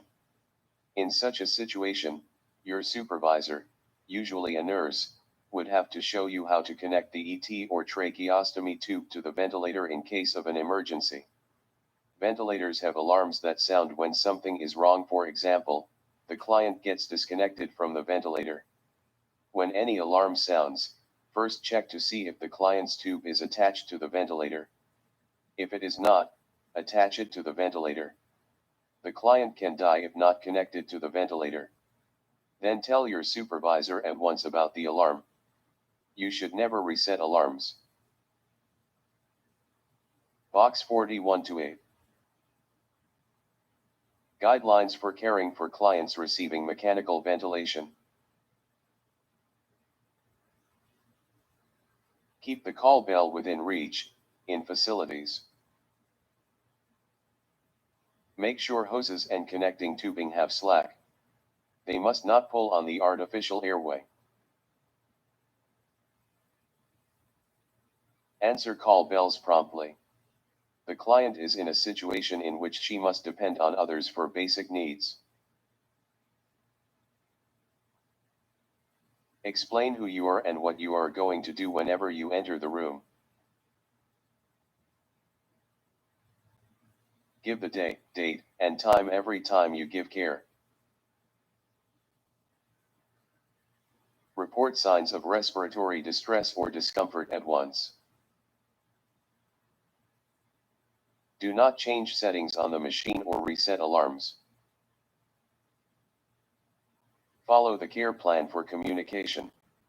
Since the client cannot talk, use agreed upon hand or eye signals for yes and no. All healthcare team members must use the same signals, or confusion, not communication, may occur.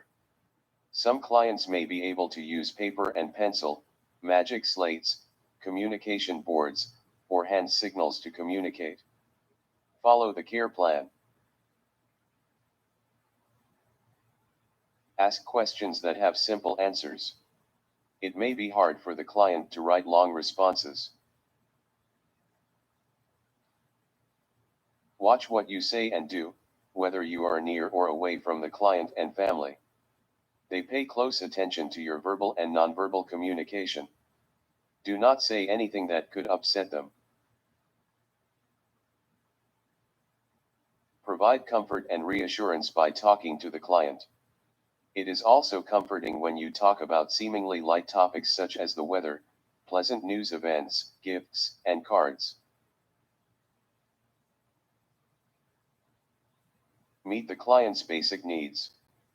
Follow the care plan.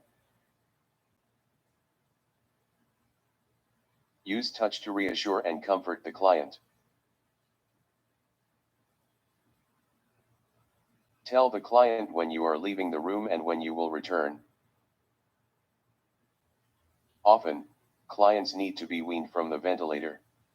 That is, clients gradually need to breathe without the ventilator. Weaning can take many weeks. A physician, respiratory therapist, and nurse plan the weaning process. See the Focus on Home Care, Mechanical ventilation box. Focus on home care. Mechanical ventilation. Home care is often arranged for clients receiving mechanical ventilation. Portable ventilators are used in home care. A nurse will teach you how to care for each client. Family members are also taught how to assist with the client's care. Always make sure that a nurse is available by phone when you are in the client's home. Chest tubes. Air, blood, or fluid can collect in the pleural space, sac or cavity, when the chest has been penetrated 956 because of injury or surgery. A chest tube is a hollow plastic tube surgically inserted into the chest cavity, which allows for the removal of trapped air, pneumothorax, and the drainage of blood or fluid, hemothorax or pleural effusion. Pneumothorax is air, pneumo, in the pleural space, thorax. Hemothorax is blood, hema, in the plural space, thorax. Pleural effusion is the escape and collection of fluid, effusion, in the pleural space, plural. Air, blood, or fluid collecting in the pleural sac causes pressure, which makes the lungs collapse. Therefore, air does not reach affected alveoli, and O2 and CO2 are not exchanged, resulting in respiratory distress and hypoxia. Sometimes, the accumulated pressure is great enough to threaten the heart's ability to pump blood, and the situation becomes life-threatening. Hospital care is required in these cases. A physician inserts the chest tube to remove the air, fluid, or blood. Figure 41 to 29. After the client's condition has been stabilized, the client may need rehabilitation or subacute care. Figure 41 to 29. Chest tubes inserted into the pleural space, source, Perry, A.G., Potter, P.A., and Ossendorf, W.R., 2014. Clinical Nursing Skills and Techniques, 8th ed., p. 657. St. Louis, Missouri, Mosby. Chest tubes attach to connecting tubing, which, in turn, attaches to a tube in a drainage container. Figure 41 to 30. This drainage system must be airtight to prevent air from entering the pleural space. Sometimes suction is applied to the drainage system. You may be asked to assist a nurse with the client's care. Follow the guidelines in Box 41 to 9. Figure 41 to 30. Chest tubes attached to a disposable water seal drainage system, source, Perry, A.G., Potter, P.A., and Ossendorf, W.R., 2014. Clinical Nursing Skills and Techniques, 8th ed., p. 656. St. Louis, Missouri, Mosby. Box 41 to 9. Guidelines for caring for clients with chest tubes. Keep the drainage system below the level of the client's chest. Check vital signs, as directed. Report vital sign changes at once. Report signs and symptoms of hypoxia, complaints of pain, difficulty breathing, and respiratory distress at once. Keep connecting tubing coiled on the bed. Allow enough slack so the chest tubes are not dislodged when the client moves. If tubing hangs in loops, drainage collects in the loop. Prevent tubing kinks, which can obstruct the chest tube, causing air, blood, or fluid to collect in the pleural space. Observe chest drainage. Report any change in chest drainage at once, including increases in drainage or the appearance of bright red drainage. Record chest drainage according to employer policy. Turn and reposition the client, as directed. Be careful and gentle to prevent chest tubes from dislodging. Assist the client with coughing and deep breathing exercises, as directed. Assist with incentive spirometry, as directed. Note any bubbling in the drainage system. Tell your supervisor at once if bubbling increases, decreases, or stops. Tell your supervisor at once if any part of the system is loose or disconnected. Keep sterile petrolatum gauze at the bedside. It is needed if a chest tube comes out. Call for help at once if a chest tube comes out. Cover the insertion site with sterile petrolatum gauze. Stay with the client. Then follow the nurse's directions. 958. Chapter Review. Key points. Oxygen is a basic necessity of life. Death occurs within minutes if breathing stops, and serious illnesses can occur without enough oxygen. Factors affecting oxygen needs include 1. Respiratory system status, 2. Cardiovascular system status, 3. Red blood cell count, 4.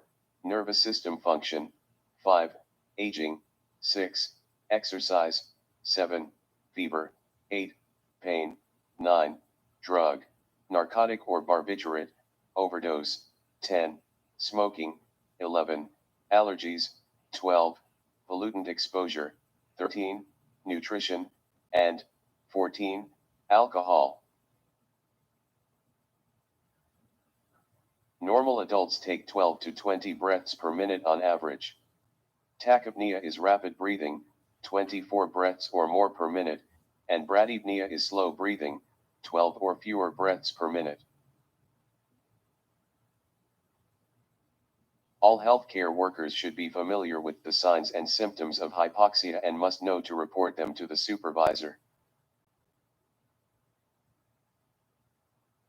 You can promote oxygenation through 1. Proper positioning and frequent rest periods, and 2. Encouraging coughing and deep breathing. As a support worker, you must be familiar with oxygen therapy and aware of the scope of practice for support workers in your province or territory. You may be responsible for assisting with oxygenation assessment, such as pulse oximetry, and diagnostic testing, such as collecting sputum samples. If it is within your scope of practice in your province or territory, you may be asked to support a client who, 1. Has a tracheostomy, 2. May need suctioning, 3. Is mechanically ventilated, or 4. Has a chest tube. Critical thinking in practice. You are a student training in the clinical setting. You are helping a support worker transfer a resident to a wheelchair. The support worker asks you to connect the person's nasal cannula to the portable O2 tank and turn it onto 2L/MIN. Support workers in your agency are not allowed to adjust O2 flow rates. How will you respond? What will you do if the support worker adjusts the flow rate? Review questions. Answers to these questions are at the bottom of page 960. Circle the best answer. 1. Alcohol and narcotics affect oxygen needs because they A. Depress the breathing center in the brain. B. are pollutants. C. Cause allergies. D. Cause a pneumothorax.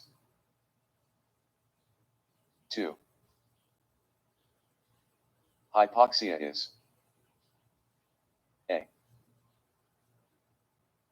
The lack of oxygen. B. Not enough oxygen in the cells. C. Not enough oxygen in the blood. D. The amount of hemoglobin that contains oxygen.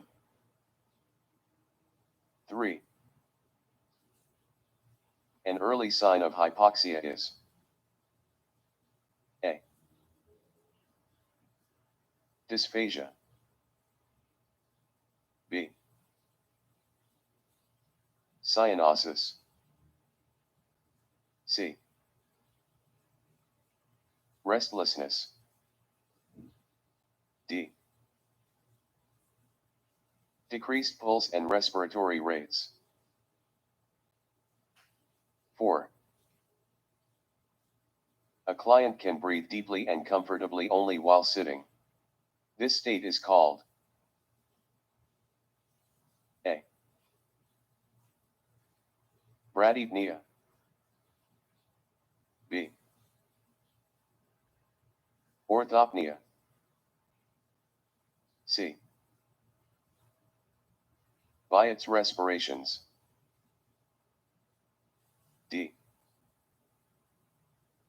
Kussmaul's respirations. 5. Which of the following is a sign of altered respiratory function? A. Joint pain. B. Nausea and vomiting. C. Severe abdominal pain. D. Wheezing or crowing sounds. 6. A client's SpO2 is 98%. Which of the following is true? A. The client needs suctioning. B. The pulse oximeter is wrong. C. The client's pulse is 98 beats per minute. D. The measurement is within normal range. 959. 7. Which of the following is a common site for a pulse oximetry sensor? A.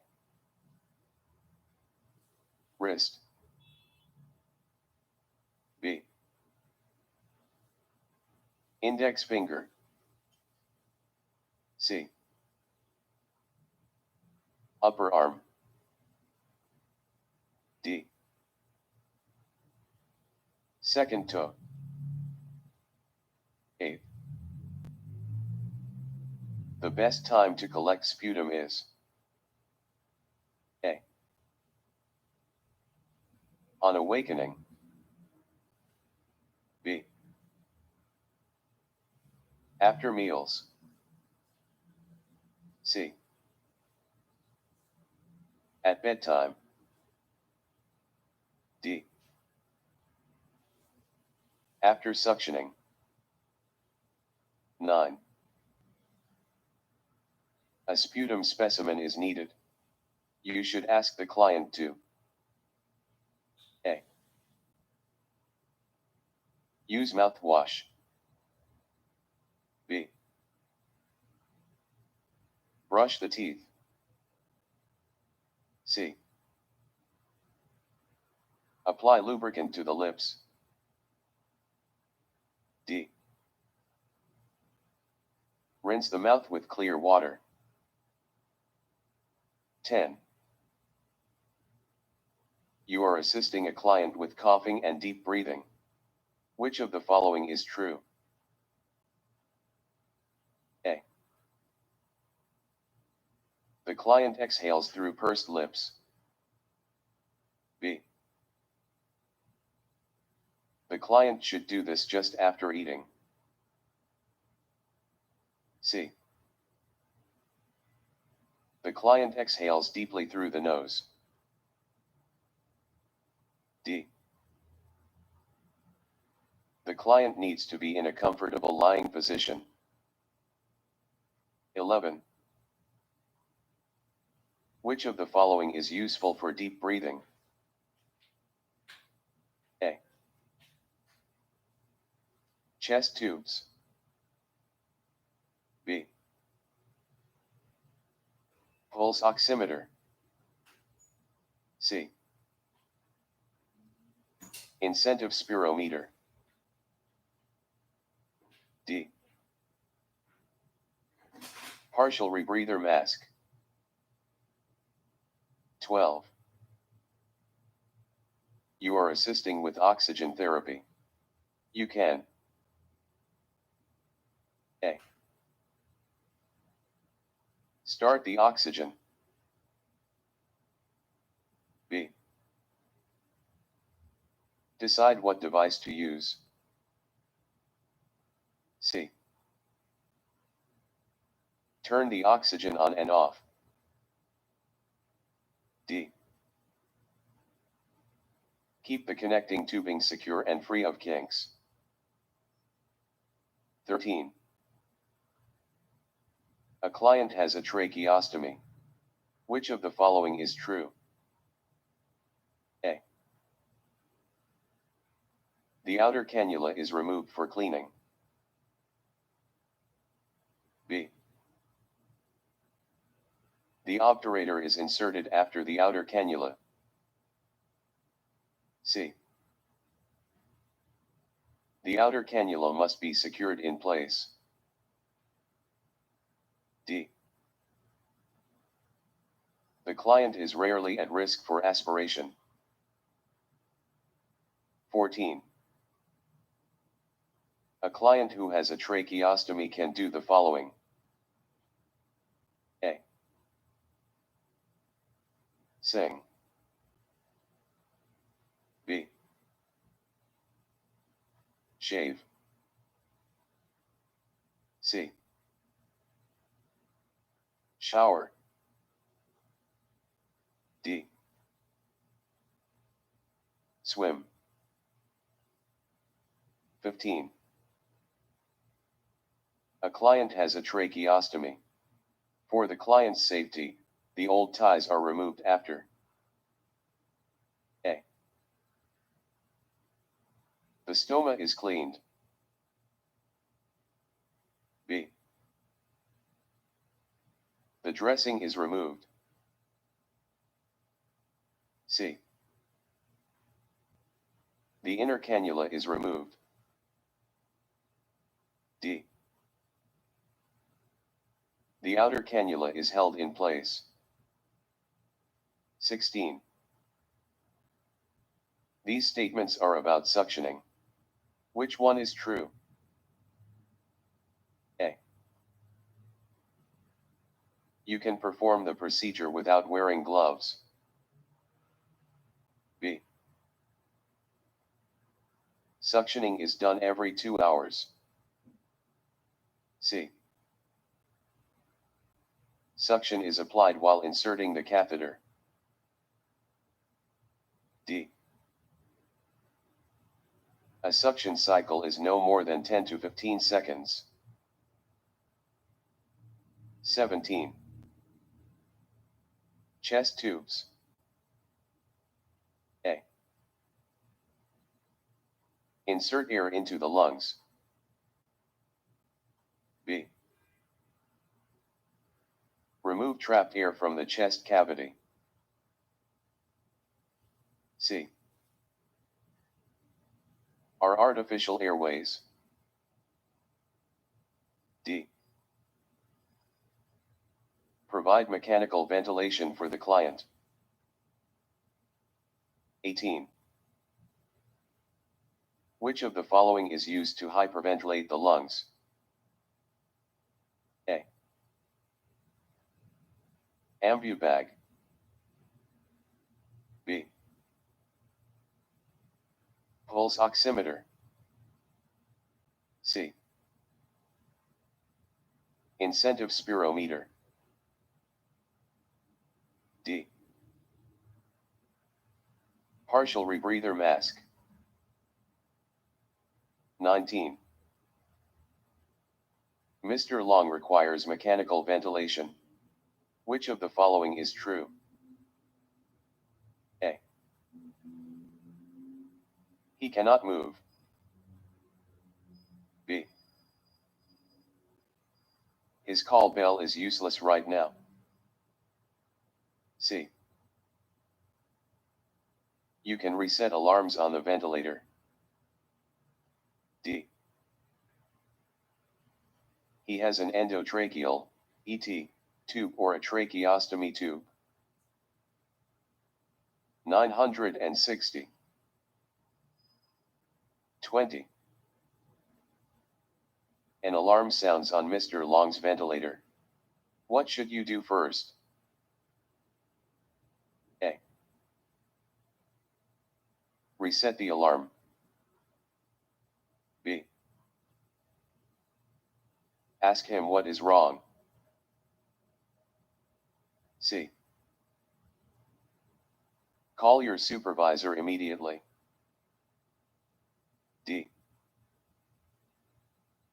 Check to see if his airway is attached to the ventilator. 21. A client has a pneumothorax, which is the collection of A. Air in the pleural space. B. Blood in the pleural space. C. Fluid in the pleural space. D. Respiratory secretions in the pleural space. 22. Chest tubes are attached to a disposable water seal drainage system. You should do the following. A. Encourage the client to stay in bed. B. Hang the tubing in as straight a line as possible. C. Keep the drainage system below the client's chest. D. Reinsert the tubing if it is accidentally disconnected. Answers: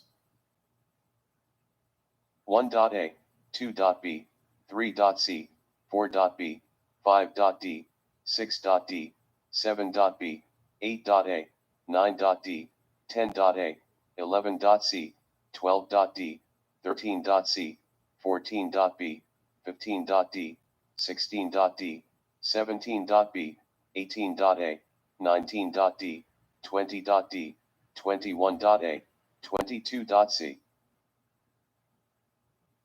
Chapter opener image, oven / shutterstalk.com.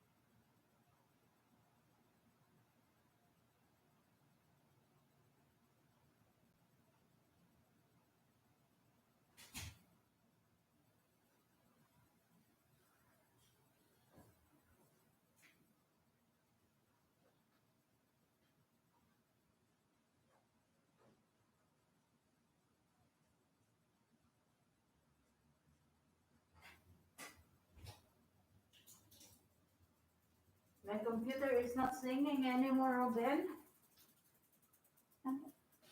Yo-ho. Let me check. Yeah.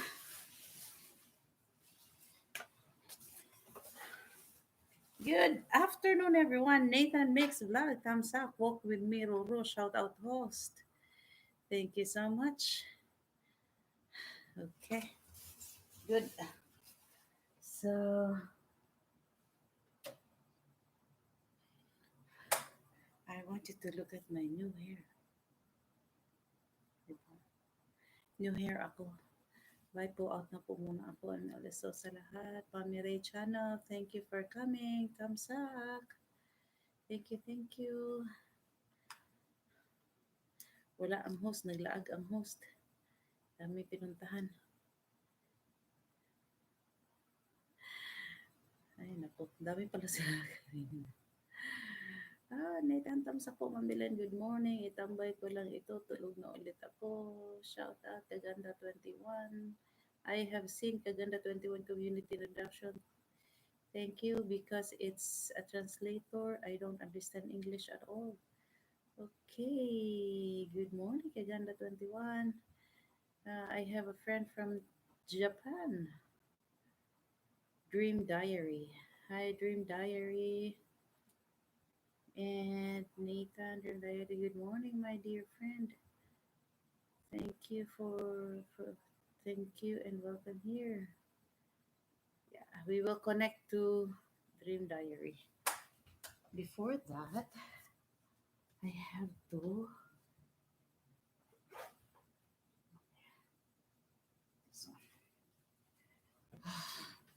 My phone is dead. I'm dead.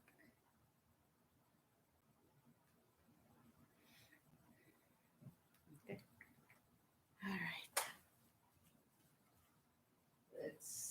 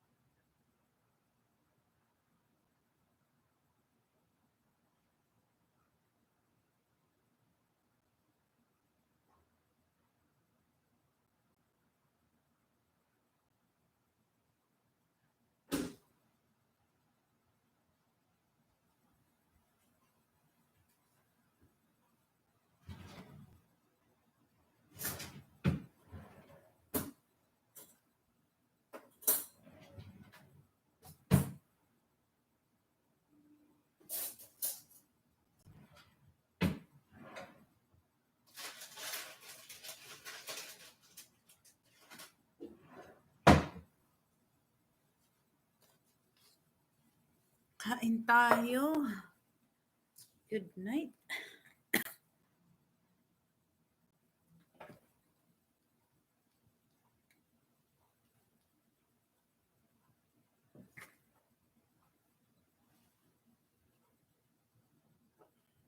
Kain tayo ng strawberry.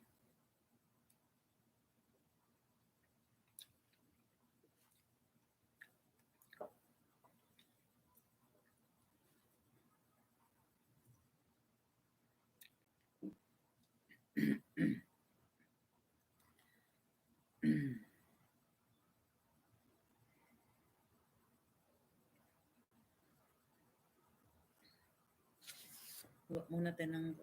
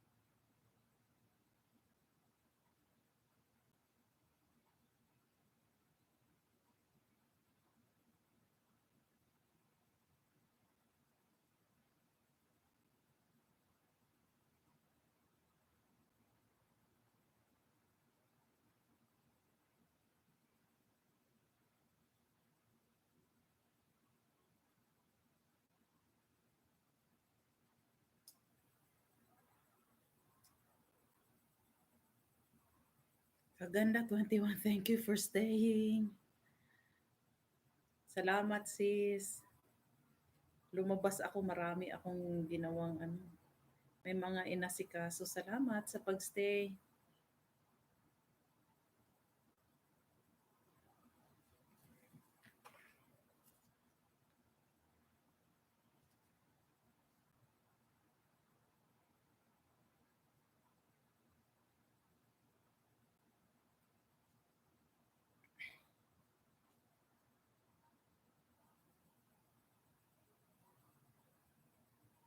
Gawa pa ng homework para bukas.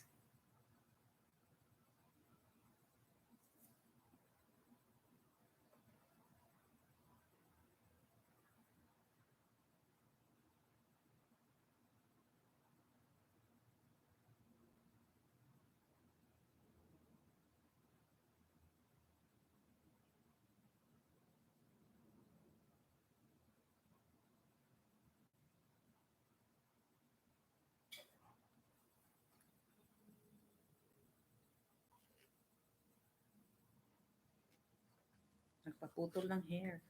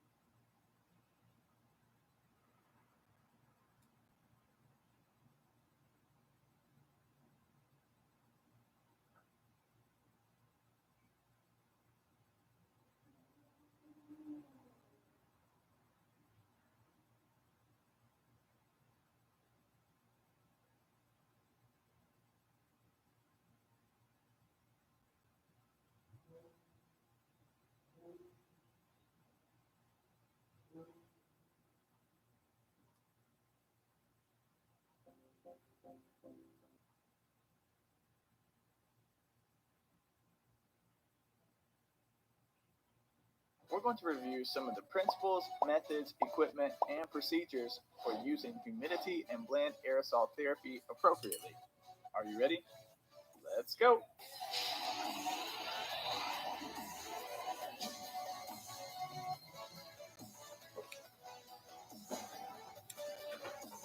Vapors and mist have been used for many years to treat respiratory diseases. Modern respiratory care still uses these treatments at the bedsides in the form of water vapor and bland water aerosols. Humidity therapy involves adding water vapor and sometimes heat to the inspired gas. To understand the need for humidity therapy, clinicians must understand the normal control of heat and moisture exchange. The conditioning of inhaled and exhaled gas is accomplished primarily by the nose and upper airway. Bypassing the upper airway without providing similar levels of heat and humidity to inhaled gas can cause damage to the respiratory tract. Gases delivered to the nose and mouth should be conditioned to 20 to 22 degrees Celsius with 10 milligrams per liter of water vapor.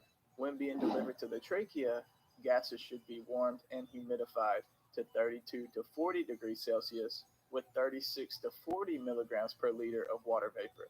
That's greater than 90% relative humidity. So, what is a humidifier? A humidifier is a device that adds invisible molecular water to gas. What is a nebulizer?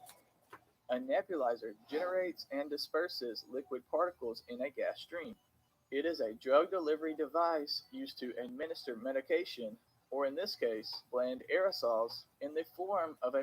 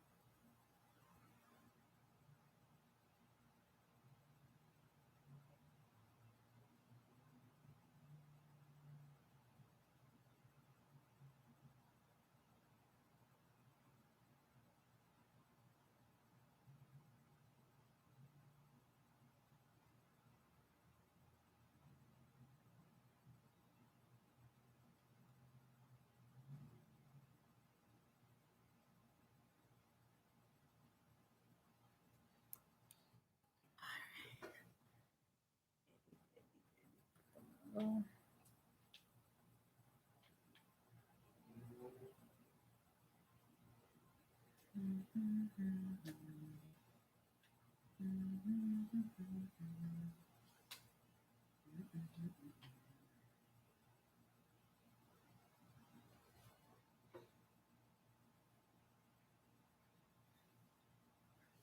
Nanibago ko sa kong hair.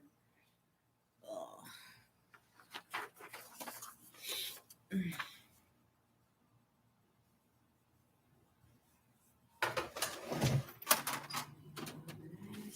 me to finish your homework, to write it out.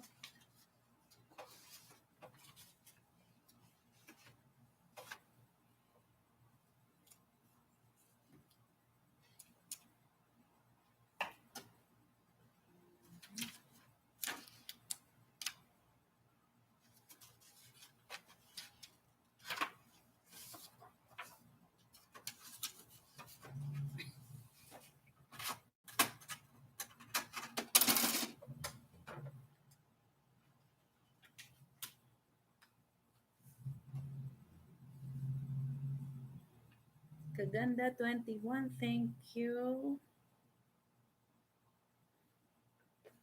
Thank you, sis, for staying.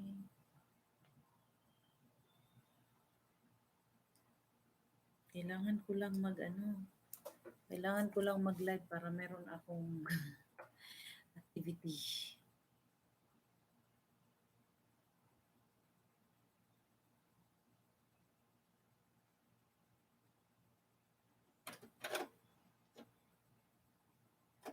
Pangdagdag ng WH.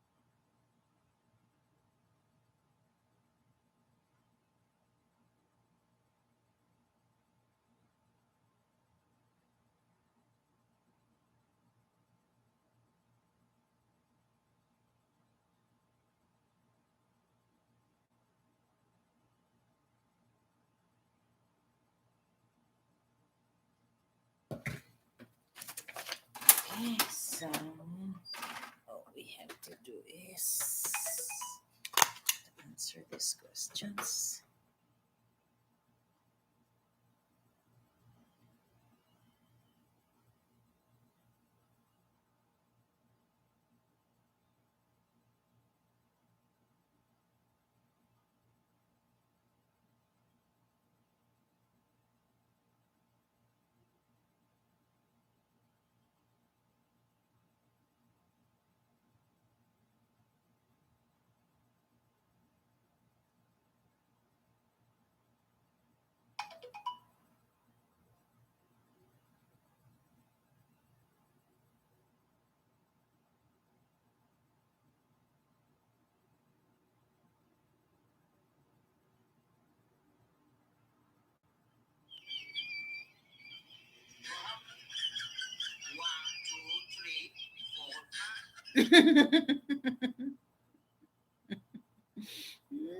My.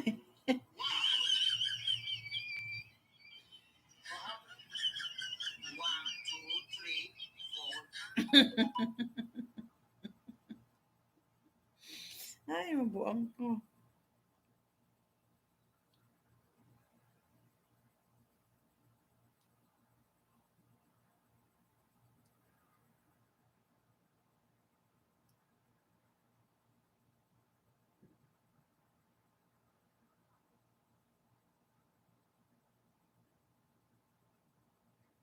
Ay, nako po.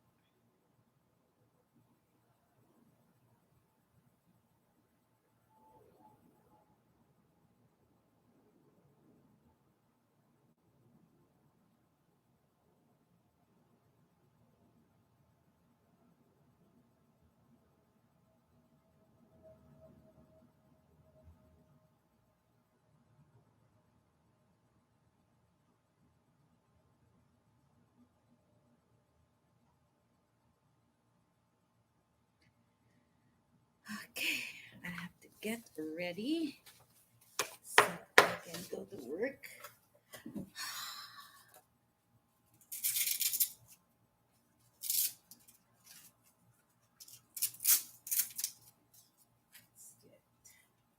Let's get loud.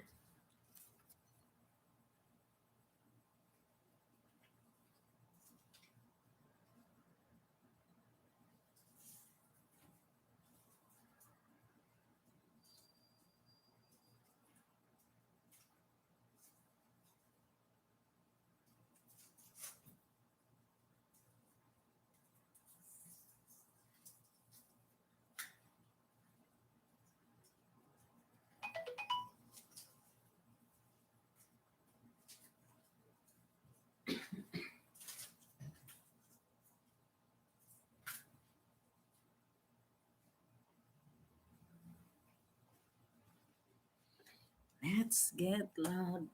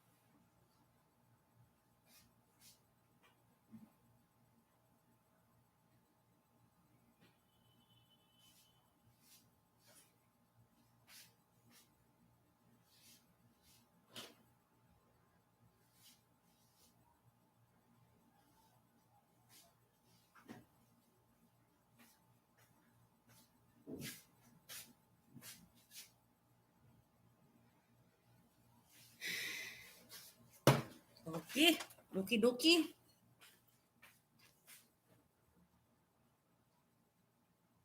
Let's get out. Kamusta na ganyan?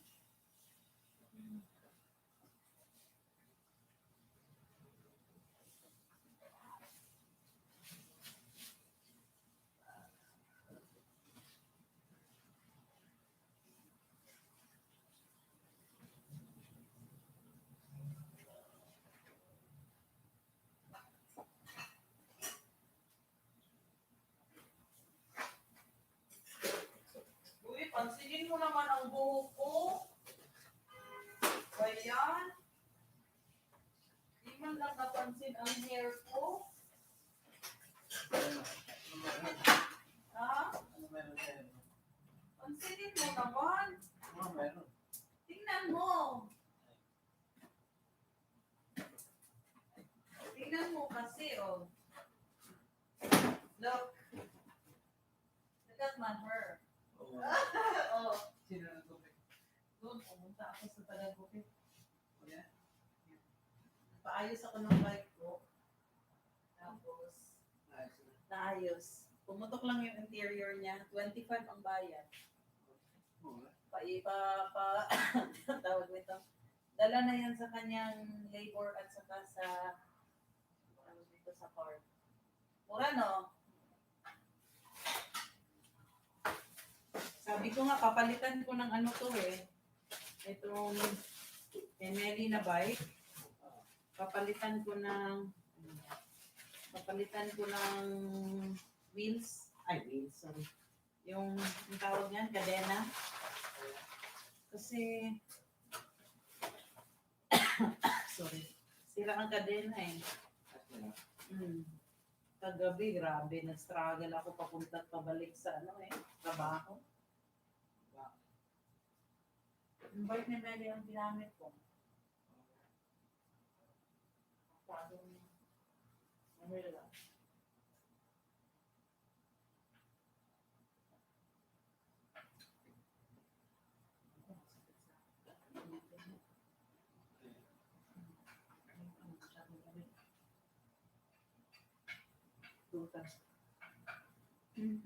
Ano bang bibit-bitin ko ngayon?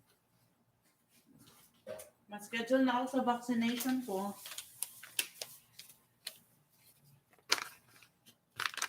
Ngayong Sabado.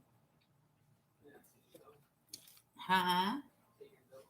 First dose ko. Hindi naman ako pwede kasi maka-first dose noon kasi nag-aro ako sa mga immunization ko, diba? Ha?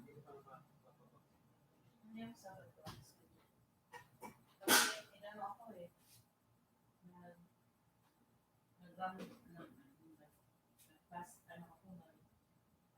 Yung mga vaccination, immunization. Ha? Napa-immunize ako ng mga kung ano-anong mga tapos sabi ng doktor hindi pa pwedeng may oras kasi may panahon kung kailan. So, tama-tama na yun sa schedule ko.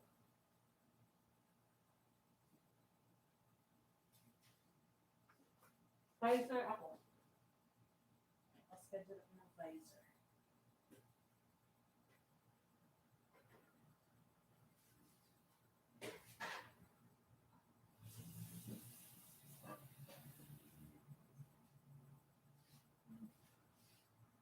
Like chicken. Chicken.